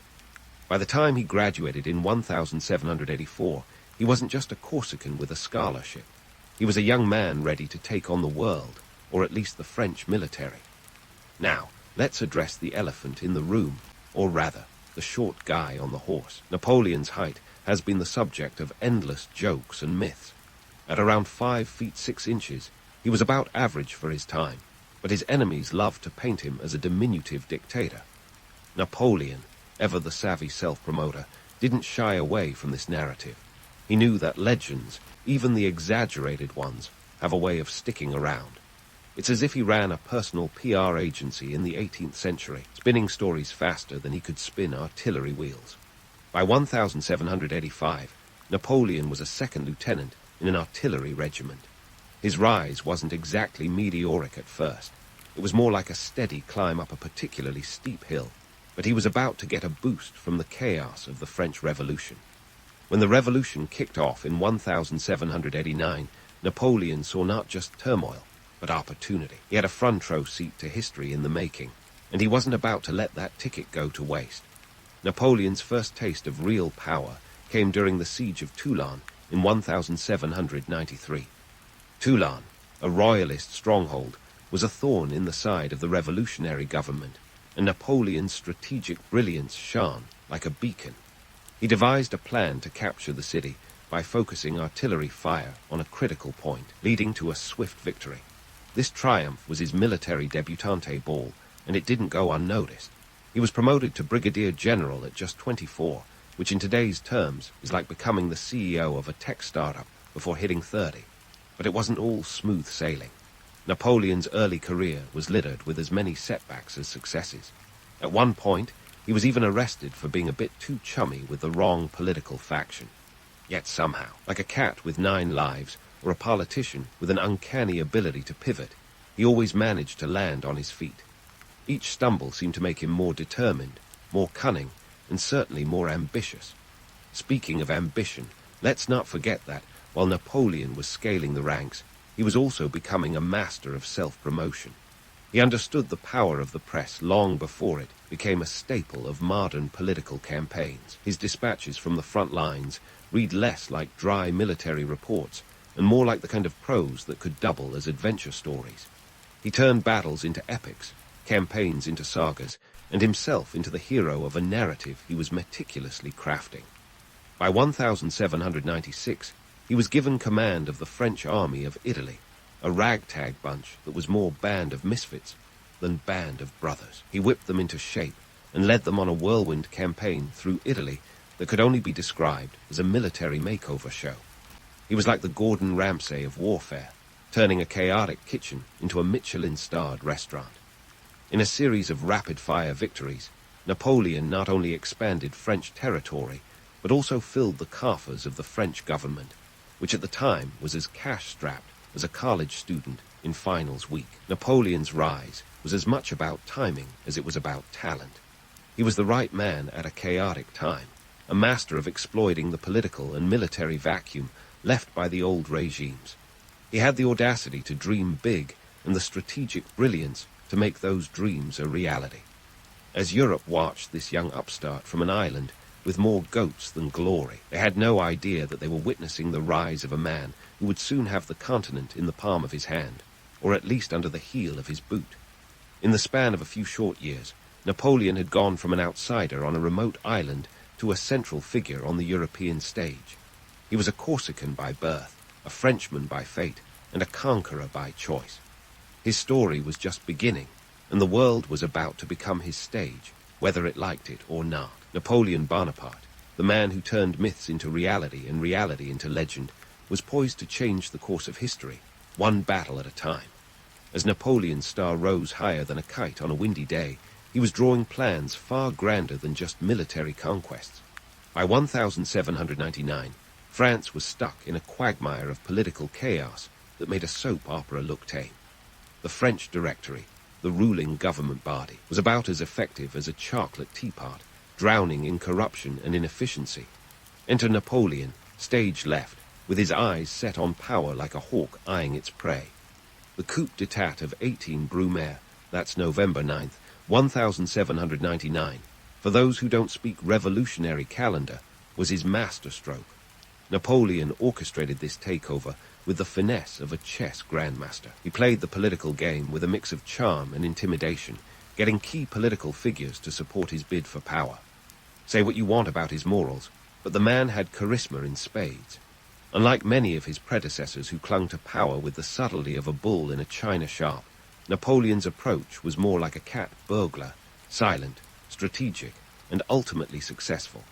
Once he had France firmly in his grasp, Napoleon didn't waste time. As First Consul, he set about reorganizing the political structure faster than you can say, "Vive la République."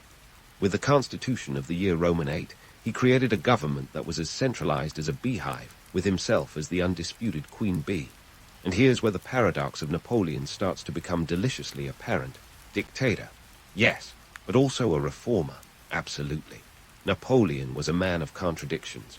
On one hand, he was the epitome of autocratic rule, yet on the other, he introduced reforms that would lay the groundwork for modern France. Take the Napoleonic Code, for instance. It was a legal framework that redefined civil law, and despite its age, parts of it are still in use today. The Code swept away the feudal remnants and granted legal rights that were revolutionary. Property rights, civil liberties, and the secular state. These were not just buzzwords, they were game changers. But let's not get too starry-eyed. Napoleon's reforms weren't all sunshine and baguettes. Sure, he standardized education, but only to churn out loyal citizens ready to serve the state. The man knew how to play the long game, turning schools into incubators for future Napoleonic zealots. And while he loved to portray himself as a patron of the arts and sciences, his motives were always tinged with self-interest. After all, having the brightest minds working for you is a pretty solid strategy when you're trying to conquer Europe. Now, let's talk about one of Napoleon's lesser-known ambitions, fashion reform. Yes, you heard that right. The man who was busy redrawing the map of Europe also thought he could overhaul French fashion. He aimed to simplify and nationalize the clothing industry, pushing for uniforms over individual flair. Imagine a world where everyone's wardrobe looked like a scene from a minimalist's dream. It's like he wanted to stage a coup in the wardrobe as well as the government. Napoleon's domestic policies were not merely about modernizing. They were about control. He had an uncanny ability to balance his iron-fisted rule with progressive reforms. It's like he was playing a delicate game of Jenga, where each new policy was a wooden block, stacked just so, that could either stabilize or topple the tower. And while the legend paints him as a hero of the people, the reality was far more complex. His France was a nation under surveillance with a police state that would make Orwell nod in grim recognition. Economically, Napoleon was like a tightrope walker, balancing on the thin line between prosperity and ruin. The Bank of France, established in 1800, was a stroke of financial genius. It introduced stability in an economy that had been as volatile as a teenager's mood swings. Yet, his ambition often led France into costly wars, draining the treasury as fast as it filled. His military campaigns were both a source of national pride and a financial black hole. And speaking of campaigns, let's not forget the Concordat of 1801. Here's where Napoleon the pragmatist shines. By making peace with the Catholic Church, he restored religious tranquility to France, a nation torn by revolution and secularism. It was a move that was as much about placating the masses as it was about consolidating power. Napoleon knew that a united France was a stronger France, and he was nothing if not a man who played the angles. Napoleon's era was one of grand visions and even grander contradictions. He was a man who could inspire both admiration and fear, often in the same breath. His legacy is a mosaic of progressive ideas and authoritarian rule, each piece fitting together in a way that's as puzzling as it is fascinating. As he stood on the cusp of ushering in an era of unprecedented change, one thing was clear. Napoleon Bonaparte was a man who would stop at nothing to leave his mark on history, for better or worse. And as the story of his reign continued to unfold, Europe braced itself for the next move in this epic, high-stakes game of chess. So, as Napoleon prepares to take his next grand leap, we find ourselves at the brink of his Italian campaign, where his military prowess would either make him a hero or a headline for the next big blunder. It's 1796, and Napoleon, the young general with more ambition than most politicians, is about to lead the French army of Italy into a series of battles that would make a Hollywood blockbuster look like a slow Wednesday afternoon. Let's set the stage.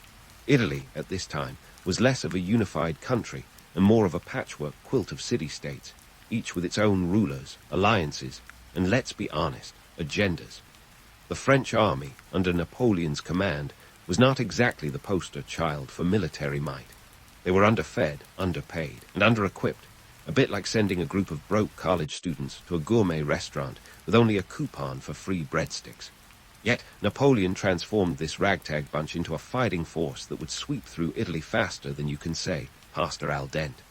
Napoleon's strategy was nothing short of brilliant. He employed what military historians would later call the divide and conquer tactic. But let's be real, it was more like divide and intimidate. His forces attacked one enemy at a time, ensuring that they were always outnumbering their immediate opponents. The man knew when to strike, when to retreat, and when to press his advantage. His victories at battles such as Montenat, Lodi, and Arcole were not just wins on the battlefield. They were masterclasses in psychological warfare. Napoleon didn't just beat his enemies. He made them question their very existence on the battlefield. But what about the nitty-gritty details that made these victories possible? Well, it's all about logistics, my friend. Napoleon was a logistical genius, understanding the importance of fast movement and supply lines. He covered vast distances with his army, often marching them over 30 miles a day. That's like walking a marathon daily, except with cannonballs rather than water bottles.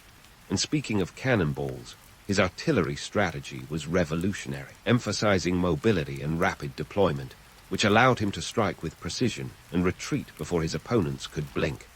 Of course, the legend of Napoleon as an invincible military genius wasn't all cannon fire and glory. The truth is, his campaigns were fraught with challenges and blunders that he'd probably prefer were lost to the annals of history. Take, for instance, his Egyptian campaign of 1798, a venture that was as ambitious as it was ill-fated. Here, Napoleon aimed to disrupt British trade routes, but let's face it, he also wanted to play Indiana Jones before it was cool. He charged into Egypt with grand plans, but found himself bogged down in the sands of reality, or more accurately, the sands of the Egyptian desert. The Battle of the Pyramids was a highlight reel for Napoleon. His forces, outnumbered by the Mamluks, managed to pull off a victory that would become the stuff of legends, largely due to his use of the divisional square. But while he was busy posing with pyramids in the background, the British, led by Admiral Horatio Nelson, were about to pull the rug out from under him at the Battle of the Nile. Nelson's fleet obliterated the French ships anchored at Aboukir Bay, effectively trapping Napoleon's army in Egypt. It was a strategic disaster that Napoleon spun into a tale of heroism and discovery back home. Talk about making lemonade out of lemons. Then there's the lesser-known tale of Napoleon's foray into hunting, which brings us to the infamous rabbit incident. Picture this. Napoleon, fresh from his Egyptian debacle, decides to host a grand rabbit hunt for himself and his officers. 1,000 rabbits were released from their cages, but instead of fleeing, they charged straight at Napoleon. In a twist of fate that would make even the most stoic historian chuckle, the Conqueror of Europe was forced to retreat from a horde of fluffy bunnies. It's a mishap that humanizes the legend, reminding us that even the greatest military minds can be outsmarted by the unexpected, especially when it's covered in fur. Napoleon's military campaigns were as much about the resources he commanded as the strategies he employed. Consider the sheer logistical challenge of feeding, arming, and moving tens of thousands of troops across Europe and beyond. The cost was astronomical, draining the French treasury and requiring a level of resourcefulness that would make Mac Jiver proud. Supplies were often seized from local populations, a practice that won Napoleon few friends but kept his army on the move. War, as they say, is hell, and Napoleon's campaigns were a testament to that grim reality. Yet, despite the setbacks and the absurdities, Napoleon's legend continued to grow. His ability to turn even the most dire situation into a tale of valor and victory was unmatched. He was a master of propaganda, and his dispatches from the front lines were crafted to inspire and inflate his image. His soldiers, the Grande Armée, were fiercely loyal, partly due to his knack for personal charisma, and partly because he often shared in their hardships. He was not a general who watched from afar, but one who stood amidst the smoke and chaos, a leader in every sense of the word. The myth of Napoleon's invincibility is, at its core, a testament to his remarkable ability to control the narrative. He may not have been the tallest man on the battlefield, but his shadow loomed large over Europe, casting a long and complex legacy. As we delve deeper into his story, it becomes clear that Napoleon was neither hero nor villain, but a man who understood the art of war and the even greater art of storytelling. As his campaigns continued, so too did the legend, growing with each victory and failure, each triumph and retreat, until the world itself seemed to march to the beat of his drum. And so, as Napoleon continued to sway between myth and man, he reached dizzying heights of power that would make a modern CEO look like a middle manager. By the early 1800, he was more than just the ruler of France. He was the de facto puppet master of Europe, pulling strings from the Iberian Peninsula to the borders of Russia. But while Napoleon was busy playing chess with the European map, he was also laying the groundwork for his own downfall, a downfall that would be as spectacular as it was inevitable. Let's fast forward to 1812, a year that marked the zenith of Napoleon's power, but also the start of a catastrophic descent. You see, Napoleon had a bit of a geography problem. Despite his military genius, he seemed to have missed the memo about Russia's brutal winters. In June 1812, he launched the Russian campaign, marching into the vast, sprawling land with an army of about 600,000 men, the Grande Armée. It was the largest European military force ever assembled at the time, and it was supposed to be a swift, decisive strike against Tsar Alexander I. Spoiler alert, it wasn't. Napoleon's plan was simple, or so he thought. He aimed to bring Russia to its knees through sheer force and compel them to rejoin the continental system, his economic blockade against Britain. But here's the kicker. Russia wasn't playing by the same rules. Instead of engaging in pitched battles, the Russians employed a scorched earth policy, retreating deeper into their own country and burning everything as they went. It was like trying to catch a shadow. Every time Napoleon thought he was closing in, the Russians slipped away, leaving nothing but ashes. The Battle of Borodino in September 1812 was the closest Napoleon came to a decisive engagement. It was a bloody affair, with around 70,000 casualties, and while technically a French victory, it was a Pyrrhic one. The Russians merely retreated and regrouped, ready to continue their war of attrition. Napoleon entered Moscow expecting a triumphant reception, but found the city abandoned and on fire. The Russians, in a move that would make even the most dedicated pyromaniac blush, torched their own capital. Napoleon was stuck in a ghost city with winter fast approaching. Now, here's where gallows humor comes in handy. The retreat from Moscow was a disaster of epic proportions, a real-life version of Murphy's Law. The Grande Armée, dwindling from cold, starvation, and relentless Russian attacks, was reduced to a ragged band of about 100,000 by the time they staggered back into friendly territory. It said that the only thing colder than the Russian winter was the reception Napoleon received upon returning to France. If Napoleon's Russian campaign was a lesson in hubris, the Sixth Coalition was Europe's answer to his overreach. As Napoleon licked his wounds, his enemies saw an opportunity. Prussia, Russia, Britain, Sweden, and a host of other nations formed a coalition to finally bring down the man who had turned Europe into his personal chessboard. They knew Napoleon's strength was in his rapid, decisive strikes, but now, weakened and overextended, he was vulnerable. The Battle of Leipzig in October 1813, also known as the Battle of the Nations, was Europe's collective enough is enough moment. With over 600,000 troops involved, it was the largest battle in Europe prior to World War I. Napoleon, outnumbered and outmaneuvered, faced his first major defeat on such a grand scale. It was a turning point, and not in the good way. Napoleon's fall from grace was swift. By early 1814, Allied forces were marching into France, and his generals, once fiercely loyal, began to waver. On April 6, 1814, Napoleon was forced to abdicate, and he was exiled to the island of Elba, a tiny speck of land in the Mediterranean, far from the power he once wielded. It was like sending a lion to a petting zoo, a man who had commanded continents now reduced to ruling a small island. But if you thought Napoleon's story ended there, you'd be missing the plot twist that only history could script. In March 1815, Napoleon made his escape from Elba, returning to France in a move that was as audacious as it was improbable. The 100 Days began as he marched triumphantly back to Paris, gathering support like a rock star on a comeback tour. Louis Roman XVIII, the the restored Bourbon king, fled Paris faster than you can say, "Vive l'Empereur." Napoleon was back, and Europe was thrown into chaos once more. It was like watching a sequel to a blockbuster, with everyone wondering how it would all end this time.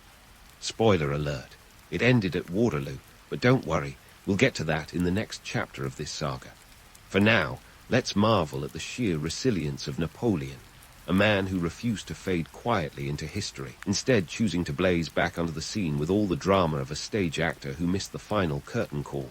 And so, we leave our hero, or anti-hero, depending on your perspective, on the cusp of his final act. Napoleon Bonaparte, the Corsican who conquered Europe, was down but not out. His story, like all great epics, was both a triumph and a tragedy, a testament to human ambition and folly. As we prepare for the next chapter, one thing's for sure, history with Napoleon is never dull. Stay tuned, because the curtain is about to rise on the final act of his extraordinary life. As the curtain rises on the final act of Napoleon's life, it's clear we're in for a performance where the stakes are higher than ever, and the consequences even more dramatic. The year is 1815, and our protagonist, with his trademark blend of audacity and charisma, is about to meet his destiny on the fields of Waterloo. It's the kind of showdown that would give any epic its grand finale, complete with an ensemble cast of allies and enemies, all playing their parts in this tumultuous theatre of war. Let's set the scene. On June 18, 1815, Napoleon faced off against the Seventh Coalition, a formidable alliance led by the Duke of Wellington and Prussian Field Marshal Gebhard Leberecht von Blücher. If military strategy were a buffet, Napoleon would have been the chef who just discovered the kitchen was on fire. His once invincible Grande Armée, now reduced to about 73,000 men, was pitted against an Allied force of roughly 118,000. The math wasn't in his favor, and neither were the muddy fields of Waterloo, turning the battleground into a quagmire that could swallow a horse whole. The battle itself was a chaotic symphony, with movements as complicated as a late Beethoven concerto. Napoleon's tactical genius was on display, but so were his shortcomings. He misjudged the timing, delayed his attacks to let the ground dry, and underestimated his opponent's resolve. Wellington's troops held firm, and when Blücher's Prussians arrived like an unexpected plot twist, the fate of Europe hung in the balance. By the end of the day, Napoleon's dreams of reclaiming glory were buried under a pile of casualties, with around 25,000 French soldiers dead or wounded, a stark reminder that even the greatest emperors can fall. So, what exactly went wrong for Napoleon at Waterloo? It's a question historians have chewed over like a piece of historical gum for centuries. Some blame the weather, others point to the fatigue of his troops, and a few even suggest that Napoleon himself was ill, suffering from hemorrhoids that left him unable to ride his horse properly. Whatever the reason, the result was the same: defeat. Waterloo wasn't just a battle, it was a turning point, the final nail in the coffin of Napoleon's ambitions. In the aftermath, Europe's political landscape was as chaotic as a high-stakes poker game with all the players wearing blindfolds. The Congress of Vienna, which had been busily redrawing the map of Europe during Napoleon's brief exile, now had to deal with the fallout of his return. The Allies were determined to put an end to the Napoleonic drama once and for all. On June 22, 1815, Napoleon abdicated for the second time, this time with no hope of a comeback tour. And thus began the final chapter of Napoleon's life, as he was shipped off to the remote island of St. Helena in the South Atlantic. If Elba was a petting zoo, St. Helena was a fortress, isolated and impregnable. It was a one-way ticket to obscurity, a place where the closest neighbor was a passing albatross. Napoleon spent his days dictating memoirs, tending to his garden, and engaging in the kind of existential musings that come naturally when you've been the master of Europe and are now the lord of Iraq, while Napoleon was busy contemplating the cosmos, or perhaps just the cabbage patch. The rest of Europe was left to pick up the pieces. Economically, the Napoleonic Wars had ravaged the continent. The cost was staggering, with Britain alone estimated to have spent around £600 million, a sum that could have bought enough tea to fill the English Channel. The wars disrupted trade, drained treasuries, and left a legacy of debt and destruction that would take decades to repair. Politically, the aftermath of Napoleon's defeat saw the rise of a new order. The Congress of Vienna aimed to establish a balance of power that would prevent another empire from rising to dominate Europe. It was a diplomatic dance of realpolitik and pragmatism, with the victorious powers carving up territories like a Thanksgiving turkey. France, now under the restored Bourbon monarchy, was forced to relinquish its conquests and return to its pre-revolutionary borders. It was a return to the old order, but with new lessons learned, or at least that was the hope. But what of Napoleon's legacy? How does a man who spent his life rewriting history become a part of it himself? In the years following his death in 1821, Napoleon's legend only grew. He became a symbol of ambition and genius, a man whose rise and fall were so spectacular they seemed almost mythical. The stories of his exploits were told and retold, each time with a bit more embellishment, like a fisherman's tale about the one that got away. Napoleon's legacy is a curious blend of fact and fiction, a testament to the power of narrative. On one hand, he was a military genius who reshaped Europe. On the other, he was an autocrat whose ambitions led to untold suffering. He's been depicted as both hero and villain, a revolutionary and a tyrant. The truth, as always, lies somewhere in between, wrapped in layers of complexity as thick as a Parisian fog. The fascination with Napoleon endures because his story is, at its core, a very human one. It's a tale of ambition and hubris, of triumph and disaster, of a man who dared to dream big and paid the price. He was a master of reinvention, a man who understood the power of image and myth long before the age of Instagram influencers. Napoleon's life is a reminder that history is not just a series of events, but a story we tell ourselves about who we are and what we can become. In the end, Napoleon Bonaparte was a product of his time, a man shaped by the tumultuous era in which he lived. He was the Corsican who conquered Europe, the emperor who rose from obscurity to command empires, and the exile who pondered the nature of power from a distant island. His story is a tapestry of legend and reality, a reminder that the line between the two is often as blurred as the horizon at sea. As we close the book on Napoleon's life, we're left with a figure who looms large in the annals of history, a man whose shadow stretches across the centuries. Whether admired or reviled, Napoleon remains a testament to the enduring allure of power and the timeless dance between myth and history. In the theatre of human ambition, his role was both starring and supporting, a complex character in the grand drama of the world's stage. And as we say our final farewell to this extraordinary life, one thing is clear. Napoleon Bonaparte will always be more than just a footnote in history. He is a legend, a cautionary tale, and a fascinating chapter in the ever-evolving story of humanity.